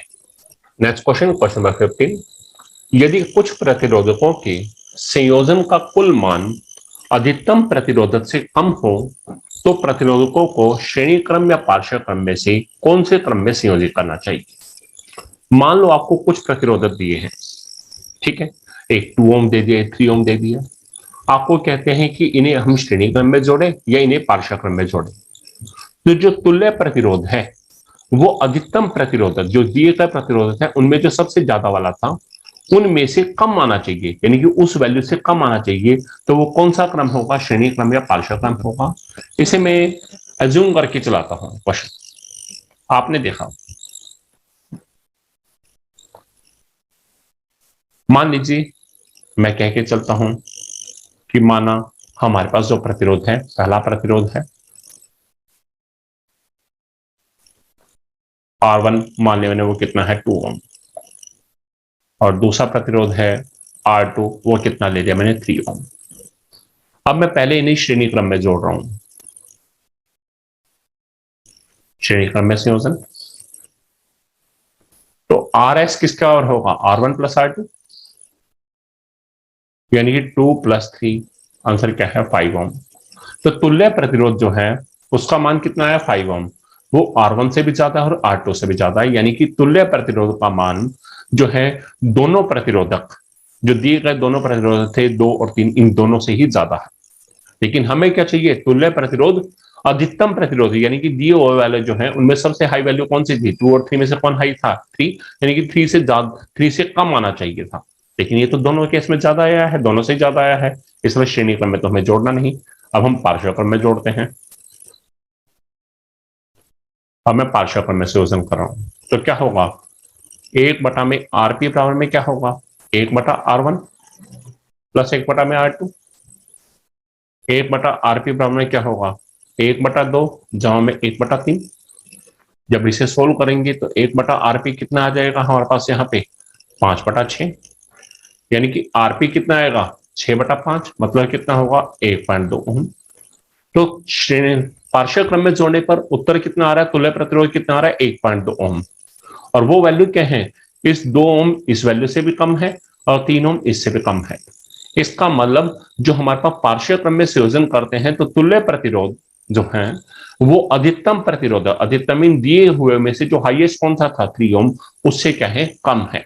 तो 1.2 क्या है 3 से कम है, इसका हमें कैसे जोड़ना चाहिए, पार्श्व क्रम में। तो आंसर क्या आएगा हमारे पास पार्श्व क्रम। नेक्स्ट क्वेश्चन है क्वेश्चन नंबर 16, एक इलेक्ट्रॉन वोल्ट में कितनी जूल ऊर्जा पाई जाती है। इलेक्ट्रॉन वोल्ट याद रखिएगा ये क्या है, ऊर्जा का मात्रक है। अब इसमें कितने जूल ऊर्जा होगी, तो हमें लोअर क्लास में पढ़ा है कि एक इलेक्ट्रॉन जो है उस पर आवेश कितना होता है, एक इलेक्ट्रॉन पर आवेश होता है 1.6 इंटू 10⁻⁻19 कूलम। तो याद रखिएगा एक इलेक्ट्रॉन पर जितना आवेश होगा उतनी ही ऊर्जा किसके बराबर होगी, एक इलेक्ट्रॉन वोल्ट के बराबर। तो इलेक्ट्रॉन वोल्ट को ईवी से शो करते हैं, ई स्मॉल में है और बी कैपिटल में। तो 1 इलेक्ट्रॉन वोल्ट किसके बराबर है 1.6 गुना 10⁻⁻19 जूल। तो ये है हमारे पास एक इलेक्ट्रॉन वोल्ट, ये ऊर्जा का एक मात्रक है।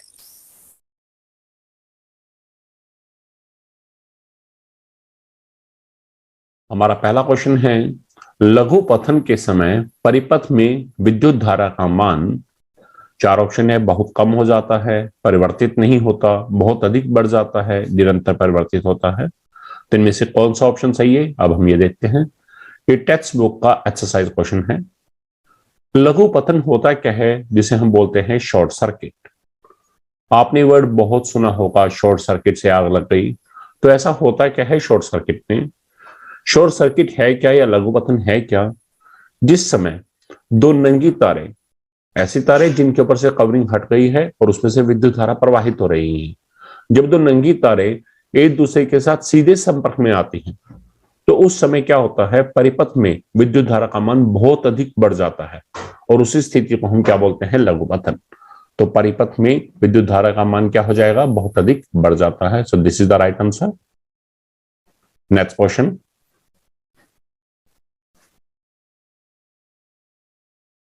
नेक्स्ट क्वेश्चन है हमारे पास, विद्युत चुंबक के क्रोड के रूप में निम्नलिखित में से किस पदार्थ का अधिक उपयोग किया जा सकता है। This the most expected question. विद्युत चुंबक के बारे में पूछा जा सकता है। 4 ऑप्शन है, वायु, दूसरा है नरम लोहा, तीसरा है स्टील, चौथा है कॉपर जिंक मिश्र धातु। तो ध्यान दीजिएगा, विद्युत चुंबक का जो क्रोड है उसे बनाने में सबसे अधिक प्रयोग कौन आएगा, नरम लोहा। नेक्स्ट क्वेश्चन, नेक्स्ट क्वेश्चन है क्वेश्चन नंबर 3, विद्युत धारा उत्पन्न करने की युक्ति को क्या कहते हैं, कि वह डिवाइस जो विद्युत धारा उत्पन्न करती है। ये टेक्स्ट बुक का एक्सरसाइज क्वेश्चन है। इसमें हमारे पास 4 ऑप्शन है। पहला है जनित्र, जिसे जनरेटर बोलते हैं, दूसरा गैल्वेनोमीटर, तीसरा है एमीटर और चौथा है विद्युत मोटर। तो इनमें से कौन सी ऐसी डिवाइस है या कौन सी ऐसी युक्ति है जो विद्युत धारा उत्पन्न करती है? वो कौन सी है? जनित्र। जनित्र जिसे जनरेटर बोलते हैं। और यह दो प्रकार का होता है, एक एसी जनरेटर और एक दूसरा कौन सा होता है? DC generator. Next question. So जनित्र क्या है? This is the right answer. Next question है क्वेश्चन नंबर 4। निम्नलिखित में से कौन किसी लंबे विद्युत धारावाही तार के निकट चुंबकीय क्षेत्र का सही वर्णन करता है? क्वेश्चन एक बार दोबारा देखिएगा। निम्नलिखित में से कौन किसी लंबे विद्युत धारावाही तार के निकट चुंबकीय क्षेत्र का सही वर्णन करता है? यानी कि चुंबकीय क्षेत्र के बारे में बताना है। ये टेक्स्ट बुक का एक्सरसाइज क्वेश्चन है और हमारे पास इसमें 4 ऑप्शन है। चुंबकीय क्षेत्र की क्षेत्र रेखाएं तार के लंबवत होती हैं। दूसरा है चुंबकीय क्षेत्र की क्षेत्र रेखाएं तार के समानांतर होती हैं। तीसरा ऑप्शन है चुंबकीय क्षेत्र की क्षेत्र रेखाएं अरीय होती हैं जिनका उद्भव तार से होता है। और चौथा है चुंबकीय क्षेत्र की संकेंद्री क्षेत्र रेखाओं का केंद्र तार होता है। तो आपको देखना है इनमें से कौन सा राइट आंसर है, ठीक है, और कौन सा जो है लंबे विद्युत धारावाही तार के निकट चुंबकीय क्षेत्र का सही वर्णन करता है। तो इसका आंसर क्या है? The answer is D, last option जो है हमारा, this is the right answer. अब इसमें आप देखेंगे ऐसा क्यों है या ऐसा क्या है। इसमें आप देखिएगा कि जो कभी भी कोई सीधा विद्युत धारावाही तार है उसके चारों ओर की जो चुंबकीय क्षेत्र रेखाएं होंगी वो कैसी होंगी? वृत्ताकार होंगी। कैसी होंगी? वो वृत्ताकार होंगी। और उनका जो केंद्र है वो कहां पर होगा? तार के ऊपर होगा। इसलिए चुंबकीय क्षेत्र की संकेंद्री क्षेत्र रेखाओं का केंद्र क्या होगा? वो तार होगा। ठीक है। Next question. नेक्स्ट क्वेश्चन है क्वेश्चन नंबर 5। वैद्युत चुंबकीय प्रेरण की परिघटना इनमें से कौन सी है? वैद्युत चुंबकीय प्रेरण, इसे हम क्या बोलते हैं? Electro magnetic induction. अब इनमें से वैद्युत चुंबकीय प्रेरण की परिघटना कौन सी है? पहला ऑप्शन है किसी वस्तु को आवेशित करने की प्रक्रिया। दूसरा है किसी कुंडली में विद्युत धारा प्रवाहित करने के कारण चुंबकीय क्षेत्र उत्पन्न होने की प्रक्रिया। तीसरा है कुंडली तथा चुंबक के बीच आपेक्षिक गति के कारण कुंडली में प्रेरित विद्युत धारा को उत्पन्न करना। और चौथा है किसी विद्युत मोटर की कुंडली को घूर्णन कराने की प्रक्रिया। तो ध्यान से देखिएगा, जब भी विद्युत चुंबकीय प्रेरण है तो इसका मतलब प्रेरित विद्युत धारा उत्पन्न करना। तो यानी कि थर्ड ऑप्शन जो है this is the correct answer. अब समझिएगा कि विद्युत चुंबकीय प्रेरण में होता क्या है हमारे पास। विद्युत चुंबकीय प्रेरण की यदि बात करके चले तो होगा क्या? जिस समय कोई भी हमारे पास कुंडली और चुंबक दोनों एक दूसरे के रिलेटिव, दोनों एक दूसरे के आपेक्षिक गति करते हैं, तो उस समय क्या होगा? उस कुंडली के अंदर विद्युत धारा प्रेरित होती है और उस विद्युत धारा को, मतलब उस प्रक्रम को या उस प्रक्रिया को ही हम क्या बोलते हैं? वैद्युत चुंबकीय प्रेरण। ठीक है। तो जब कुंडली और चुंबक आपस में एक दूसरे की आपेक्षिक गति करेंगे, एक दूसरे की रिलेटिव गति करेंगे, तो उस समय कुंडली में विद्युत धारा प्रेरित होगी, या ये कहेंगे कुंडली में प्रेरित विद्युत धारा उत्पन्न होती है, और इस प्रकरण को ही हम क्या कहते हैं? विद्युत चुंबकीय प्रेरण। Next question. नेक्स्ट क्वेश्चन है क्वेश्चन नंबर 6। क्या दो चुंबकीय क्षेत्र रेखाएं एक दूसरे को प्रतिच्छेदित कर सकती हैं? This is the most expected question. आपसे पूछा है हाँ कर सकते हैं या नहीं कर सकती, दोनों में से देखिएगा। तो याद रखिएगा, दो चुंबकीय क्षेत्र रेखाएं कभी भी एक दूसरे को प्रतिच्छेदित नहीं कर सकती। अब ये क्वेश्चन ऐसे पूछा जाता है, ये कई बार पूछा भी जाता है कि ऐसा क्यों नहीं कर सकती। तो याद रखिएगा, दो चुंबकीय क्षेत्र रेखाएं एक दूसरे को प्रतिच्छेदित नहीं कर सकती, क्योंकि यदि वो ऐसा करती हैं तो उस समय क्या होगा? यदि वो ऐसा करते हैं तो इसका अर्थ यह होगा कि प्रतिच्छेद बिंदु पर क्षेत्र रेखाएं जो हैं दो दिशाओं की ओर संकेत करेंगी।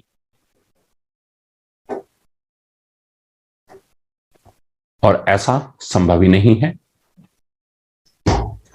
इसलिए क्या है? दो चुंबकीय क्षेत्र रेखाएं कभी भी एक दूसरे को प्रतिच्छेदित नहीं करती। तो ये क्वेश्चन एनसीईआरटी के अंदर भी है हमारे पास कि दो चुंबकीय क्षेत्र रेखाएं एक दूसरे को प्रतिच्छेदित क्यों नहीं कर सकती। तो आप बताएंगे यदि वो ऐसा करेंगी तो इसका अर्थ यह होगा कि प्रतिच्छेद बिंदु पर क्षेत्र रेखाएं दो दिशाओं की ओर संकेत करेंगी, जबकि ऐसा संभव ही नहीं है कि वो दो दिशाओं की ओर संकेत करे। सो इसका मतलब नहीं जो है हमारे पास ये ऑप्शन क्या है, this is the correct answer. Next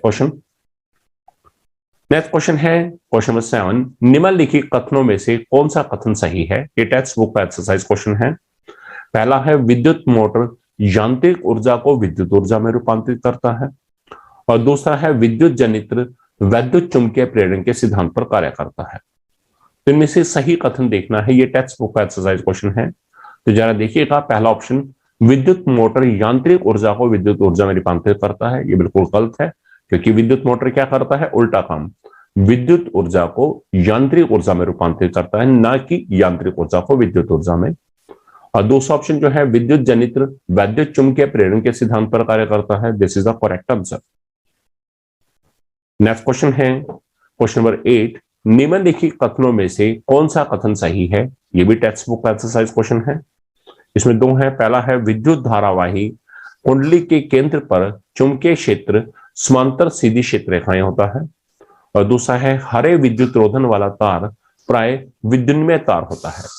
जो जरा ये देखिएगा, ये तो यहाँ क्लियर ही हो गया, विद्युन्मय तार क्या है? जिसमें से विद्युत प्रवाहित हो रही है। हमारे घरों के अंदर जो सर्किट है उसमें जिस वायर के ऊपर हरे रंग की कोटिंग होगी, यानी कि हरे रंग की उसके ऊपर परत चढ़ी होती है हमारे पास प्लास्टिक की परत जैसी, तो वो कैसी होती है? वो अर्थ वायर होती है, भू संपर्क तार, ना कि विद्युन्मय तार। तो इसका ये क्या हो गया? गलत। और दूसरा ऑप्शन जो है विद्युत धारावाही कुंडली के केंद्र पर यदि हम देखें तो चुंबकीय क्षेत्र जो होता है वो हमेशा कैसी होती है? चुंबकीय क्षेत्र रेखाएं कैसी होती है? समानांतर होती है और सीधी होती है। तो this is the correct answer. Next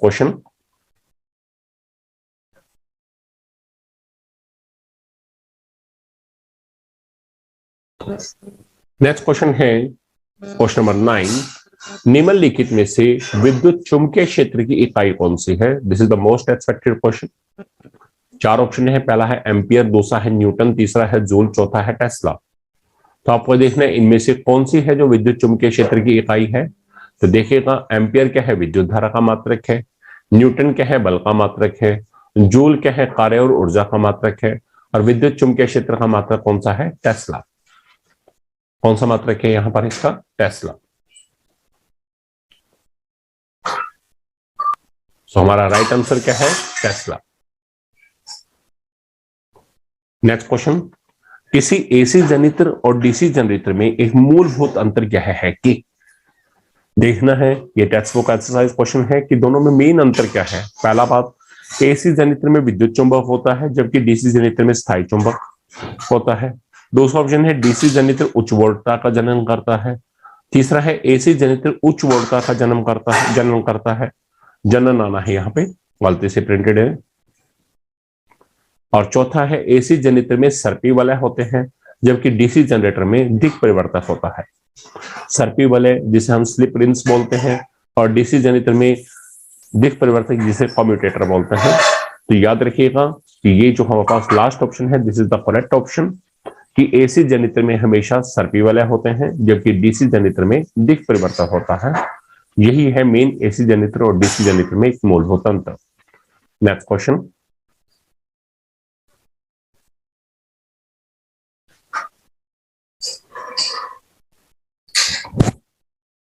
है क्वेश्चन नंबर 11। भारत में प्रत्यावर्ती धारा की आवृत्ति कितनी है? प्रत्यावर्ती धारा जिसे क्या बोलते हैं? Alternating current. The most expected question. अब आपसे पूछा गया है कि इसमें प्रत्यावर्ती धारा की आवृत्ति कितनी है। पहला ऑप्शन दिया है हमारे पास 50,000 हर्ट्ज, दूसरा है 2500 हर्ट्ज, तीसरा है 440 हर्ट्ज और चौथा है 50 हर्ट्ज। तो याद रखिएगा 50 हर्ट्ज जो है this is the correct answer. Next question है क्वेश्चन नंबर 12। निम्नलिखित में से किस नियम द्वारा प्रेरित विद्युत धारा की दिशा प्राप्त की जा सकती है? इसके अंदर आपका द मोस्ट एक्सपेक्टेड क्वेश्चन चार है। पहला है दक्षिण हस्त अंगुष्ठ नियम, दूसरा है फ्लेमिंग का वाम हस्त नियम, तीसरा है फ्लेमिंग का दक्षिण हस्त नियम और चौथा है जूल का तापन नियम। तो ये याद रखिएगा कि फ्लेमिंग का जो दक्षिण हस्त नियम है वह बताता है कि प्रेरित विद्युत धारा की दिशा क्या होगी।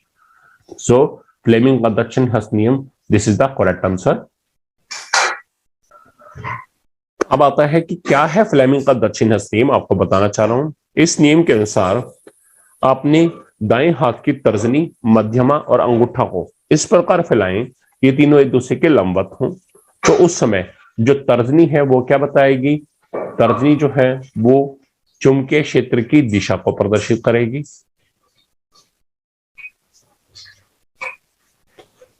अंगूठा जो है वो किसको संकेत करेगा? चालक की गति की दिशा को। और उस समय जो मध्यमा है वह किसको प्रदर्शित करेगी? चालक में प्रेरित विद्युत धारा की दिशा।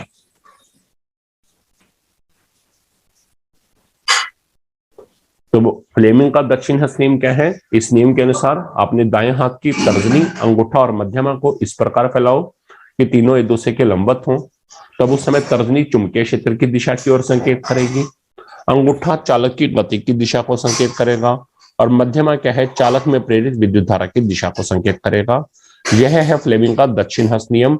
और किसी भी हमारे पास प्रेरित विद्युत धारा की दिशा जो है हम वो इस नियम के अनुसार निकालते हैं।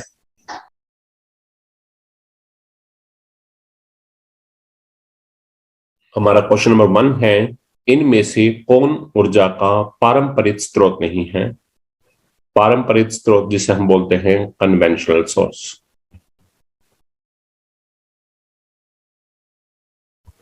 जो रूटीन में यूज किया जाता है। आप 4 ऑप्शन हैं, या ये कहें कन्वेंशनल सोर्स मीन जो मैक्सिमम के द्वारा यूज किया जाता है।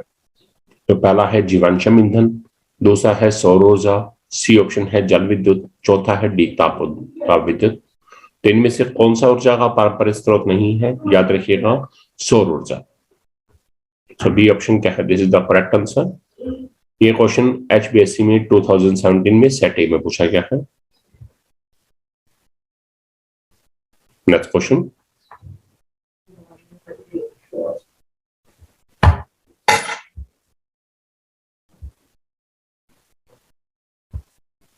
है क्वेश्चन नंबर 2, निम्नलिखित में से कौन जैव मात्रा ऊर्जा स्रोत का उदाहरण नहीं है? क्या होता है जैव मात्रा ऊर्जा स्रोत?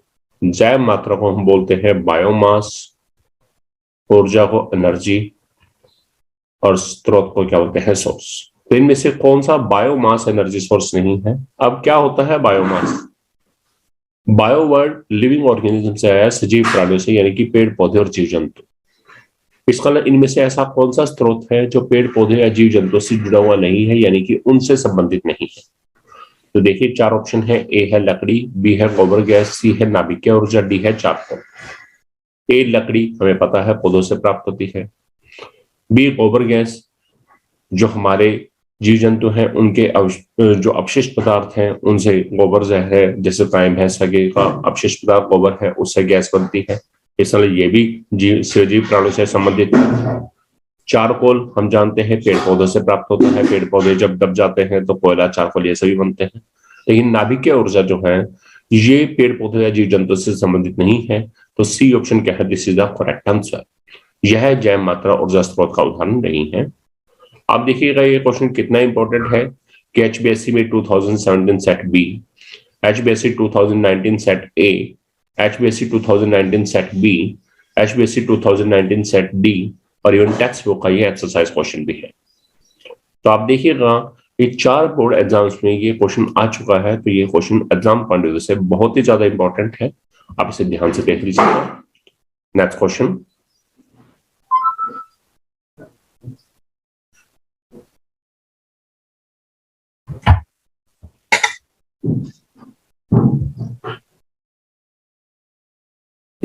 है क्वेश्चन नंबर 3, बायोगैस में सर्वाधिक मात्रा में होती है।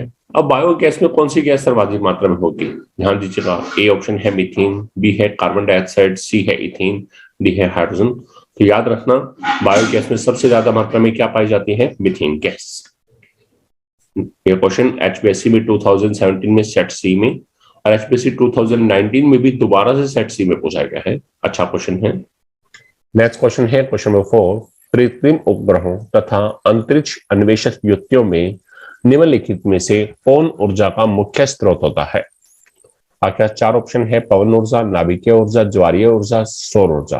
तो याद रखिएगा कि कृत्रिम उपग्रह जिसे आर्टिफिशियल सैटेलाइट्स बोलते हैं, और अंतरिक्ष अन्वेषक युक्तियों यानी कि अंतरिक्ष के अंदर जो हम स्पेस के अंदर जो हम युक्तियां ऑपरेटर्स वगैरह यूज करते हैं, तो उनमें ऊर्जा का मुख्य स्रोत कौन सा है? दैट इज द सौर ऊर्जा। तो डी ऑप्शन क्या है? सौर ऊर्जा। This is the correct answer. और ये क्वेश्चन एचबीएससी में 2017 में सेट डी में पूछा गया है। नेक्स्ट क्वेश्चन है क्वेश्चन नंबर 5। किसी भी भौतिक अथवा रासायनिक प्रक्रम में कुल ऊर्जा, ए ऑप्शन है बढ़ जाती है, बी ऑप्शन है घट जाती है, सी ऑप्शन है अपरिवर्तित रहती है, डी है इनमें से कोई नहीं। हमने लोअर क्लासेस में ऊर्जा संरक्षण का नियम पढ़ा है, और वहां क्या पढ़ा है? ऊर्जा को ना तो उत्पन्न किया जा सकता है, ना ही नष्ट किया जा सकता है, बल्कि इसे एक रूप से दूसरे रूप में बदला जा सकता है। अर्थात ये कहेंगे कि कुल ऊर्जा जो है वो स्थिर रहेगी, या फिर कहेंगे अपरिवर्तित रहेगी। तो यानी कि यहाँ पर हमारा सी ऑप्शन क्या है? This is the correct answer, कि किसी भौतिक अथवा रासायनिक प्रक्रम में कुल ऊर्जा जो है वो अपरिवर्तित रहती है, यानी कि स्थिर रहती है।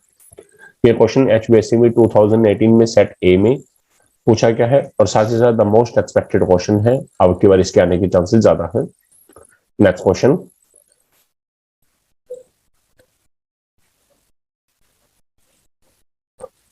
नंबर 6 है, निम्न में से कौन ऊर्जा का परंपरागत स्रोत नहीं है? परंपरागत मतलब कन्वेंशनल। ऐसा ही ये क्वेश्चन पहले भी आया है। आपके पास 4 ऑप्शन है, ए है जैव मात्रा, बी है सौर ऊर्जा, सी है पवन ऊर्जा, डी है इनमें से कोई नहीं। तो आपने वहां भी पढ़ा था कि जो सौर ऊर्जा है वो परंपरागत स्रोत नहीं है, इसलिए बी ऑप्शन क्या है? This is the correct answer. ये क्वेश्चन एचबीएससी में 2018 में सेट बी में पूछा गया है। नेक्स्ट क्वेश्चन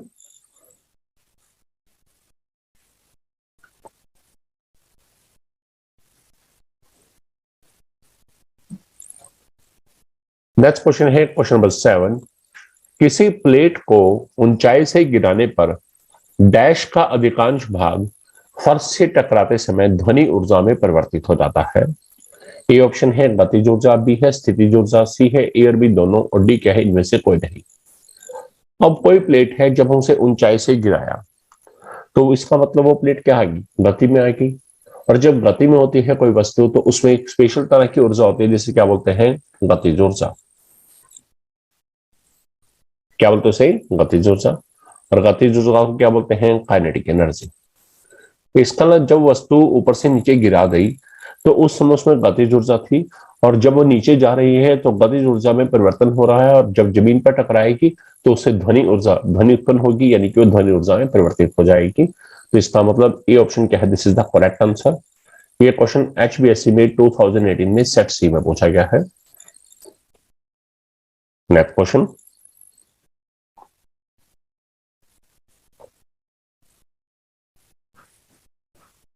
क्वेश्चन है क्वेश्चन नंबर 8। मोमबत्ती के जलने पर रासायनिक ऊर्जा परिवर्तित हो जाती है। अब हम जानते हैं जब मोमबत्ती को जलाते हैं, ठीक है, तो उससे प्रकाश भी उत्पन्न होता है और साथ साथ हीट भी उत्पन्न होता है। तो इसके अंदर 4 ऑप्शन है, ए है उष्मीय ऊर्जा में बदलती है, बी है प्रकाश ऊर्जा में, सी है ए और बी दोनों, और डी क्या है? इनमें से कोई नहीं। तो हम जाते हैं मोमबत्ती को जलाएंगे तो उष्मा भी उत्पन्न होगी और साथ साथ प्रकाश भी। इसका मतलब सी ऑप्शन, ए और बी दोनों, this is the correct answer. ये क्वेश्चन एचबीएससी में 2018 में सेट डी में पूछा गया है। नेक्स्ट क्वेश्चन है हमारे पास क्वेश्चन नंबर 9। देखिएगा क्वेश्चन नंबर 9। गर्म जल प्राप्त करने के लिए हम सौर जल तापक का उपयोग किस दिन नहीं कर सकते? सौर जल तापक क्या है? Solar water heater. इसका उपयोग किस दिन नहीं कर सकते? ए ऑप्शन है धूप वाले दिन, बी ऑप्शन है बादलों वाले दिन, सी है गर्म दिन, डी है पवन या वायु वाले दिन। तो ध्यान दीजिएगा, जब हमें सौर जल तापक का प्रयोग करना है, इस हमें सौर ऊर्जा चाहिए। तो जिस दिन हमें सौर ऊर्जा प्राप्त हो रही है तब तो हम इसका प्रयोग कर सकते हैं, और जिस दिन यह प्राप्त नहीं हो रही है तब इसका प्रयोग नहीं कर सकते। तो पहले देखिएगा ए ऑप्शन धूप वाले दिन, हम जानते हैं धूप वाले दिन तो सूर्य होगा ही होगा, इसका इस दिन तो प्रयोग कर सकते हैं। सी ऑप्शन है गर्म दिन, गर्म कब होता है? जब आपके पास वातावरण में गर्मी है, और गर्मी किस वजह से होती है? सूर्य की वजह से। डी है पवन या वायु वाले दिन, अब हवा चल रही है तो हवा तो सूर्य के चलते हुए भी चल सकती है, तो इसका मतलब डी ऑप्शन ही ये भी सही है। अब बचा क्या है हमारे पास? बी ऑप्शन बादलों वाले दिन, क्योंकि जब बादल होंगे तो वो क्या है? सूर्य को छुपा देंगे, इसका मतलब उस दिन सूर्य अवेलेबल नहीं होगा, और जब सूर्य उपलब्ध नहीं होगा तो सौर ऊर्जा नहीं होगी, और उस समय सौर ऊर्जा तापक का उपयोग नहीं कर सकते। सो बी ऑप्शन क्या है? This is the correct answer, और ये टेक्स्ट बुक का एक्सरसाइज क्वेश्चन है। नेक्स्ट है क्वेश्चन नंबर 10, जितने ऊर्जा स्रोत हम उपयोग में लाते हैं इनमें से अधिकांश सौर ऊर्जा को निरूपित करते हैं। इसका मतलब इनमें से अधिकांश के अंदर सौर ऊर्जा पाई जाती है, किस रूप में? संचित सौर ऊर्जा के रूप में, यानी कि सौर ऊर्जा स्टोर्ड होती है। निम्न में से कौन सा ऊर्जा स्रोत अंततः सौर ऊर्जा से व्युत्पन्न नहीं है? हमें देखना है कि ऐसा कौन सा है जो सौर ऊर्जा से व्युत्पन्न नहीं है, यानी कि सौर ऊर्जा से उत्पन्न नहीं हुआ है। ये टेक्स्ट बुक का एक्सरसाइज क्वेश्चन है। अब इसमें 4 ऑप्शन है, ए है भूतापीय ऊर्जा, बी है पवन ऊर्जा, सी है नाभिकीय ऊर्जा, डी है जैव मात्रा। तो इसका करेक्ट आंसर क्या है? नाभिकीय ऊर्जा, क्योंकि नाभिकीय ऊर्जा में हमारे पास जिसे न्यूक्लियर एनर्जी बोलते हैं, इसमें 2 तरह के प्रक्रम चलते हैं, एक होता है नाभिकीय विखंडन और एक होता है नाभिकीय संलयन। नाभिकीय विखंडन में क्या है? हमारे पास एक बड़ा नाभिक टूटेगा और वो 2 या 2 से ज्यादा छोटे नाभिक में टूटेगा, उस दौरान ऊर्जा उत्पन्न होगी। और दूसरा नाभिकीय संलयन है, उसमें छोटे नाभिक आपस में मिलेंगे और वहां पर बड़े नाभिक में बदलेंगे। तो इस नाभिकीय संलयन में कई बार सूर्य की उपस्थिति, सनलाइट की जरूरत होती भी है, सूर्य के प्रकाश की आवश्यकता होती भी है, और कई बार नहीं भी होती, लेकिन इसमें सौर ऊर्जा संचित नहीं होती। इसमें कौन सी संचित होती है? नाभिकीय ऊर्जा। तो इसका मतलब सी ऑप्शन क्या है? This is the correct answer. ये टेक्स्ट बुक का एक्सरसाइज क्वेश्चन है। डियर व्यूअर्स, उम्मीद करता हूं कि इस वीडियो में मैंने जितने भी ऑब्जेक्टिव क्वेश्चंस आप सभी के साथ डिस्कस किए हैं वो सभी आपको बहुत अच्छे से समझ आ गए होंगे। हाँ, यदि आपको ये मेरा वीडियो अच्छा लगा है तो मेरे वीडियो को लाइक कीजिएगा, इसे अपने फ्रेंड्स में ज्यादा से ज्यादा संख्या में शेयर करेंगे, और मेरे channel ultimate science by Satish Kalra इसे सब्सक्राइब करेंगे। हाँ, एक बात और जरूर कहना चाहूंगा कि सब्सक्राइब करने के बाद बेल बटन दबाना मत भूलिएगा। Thanks a lot.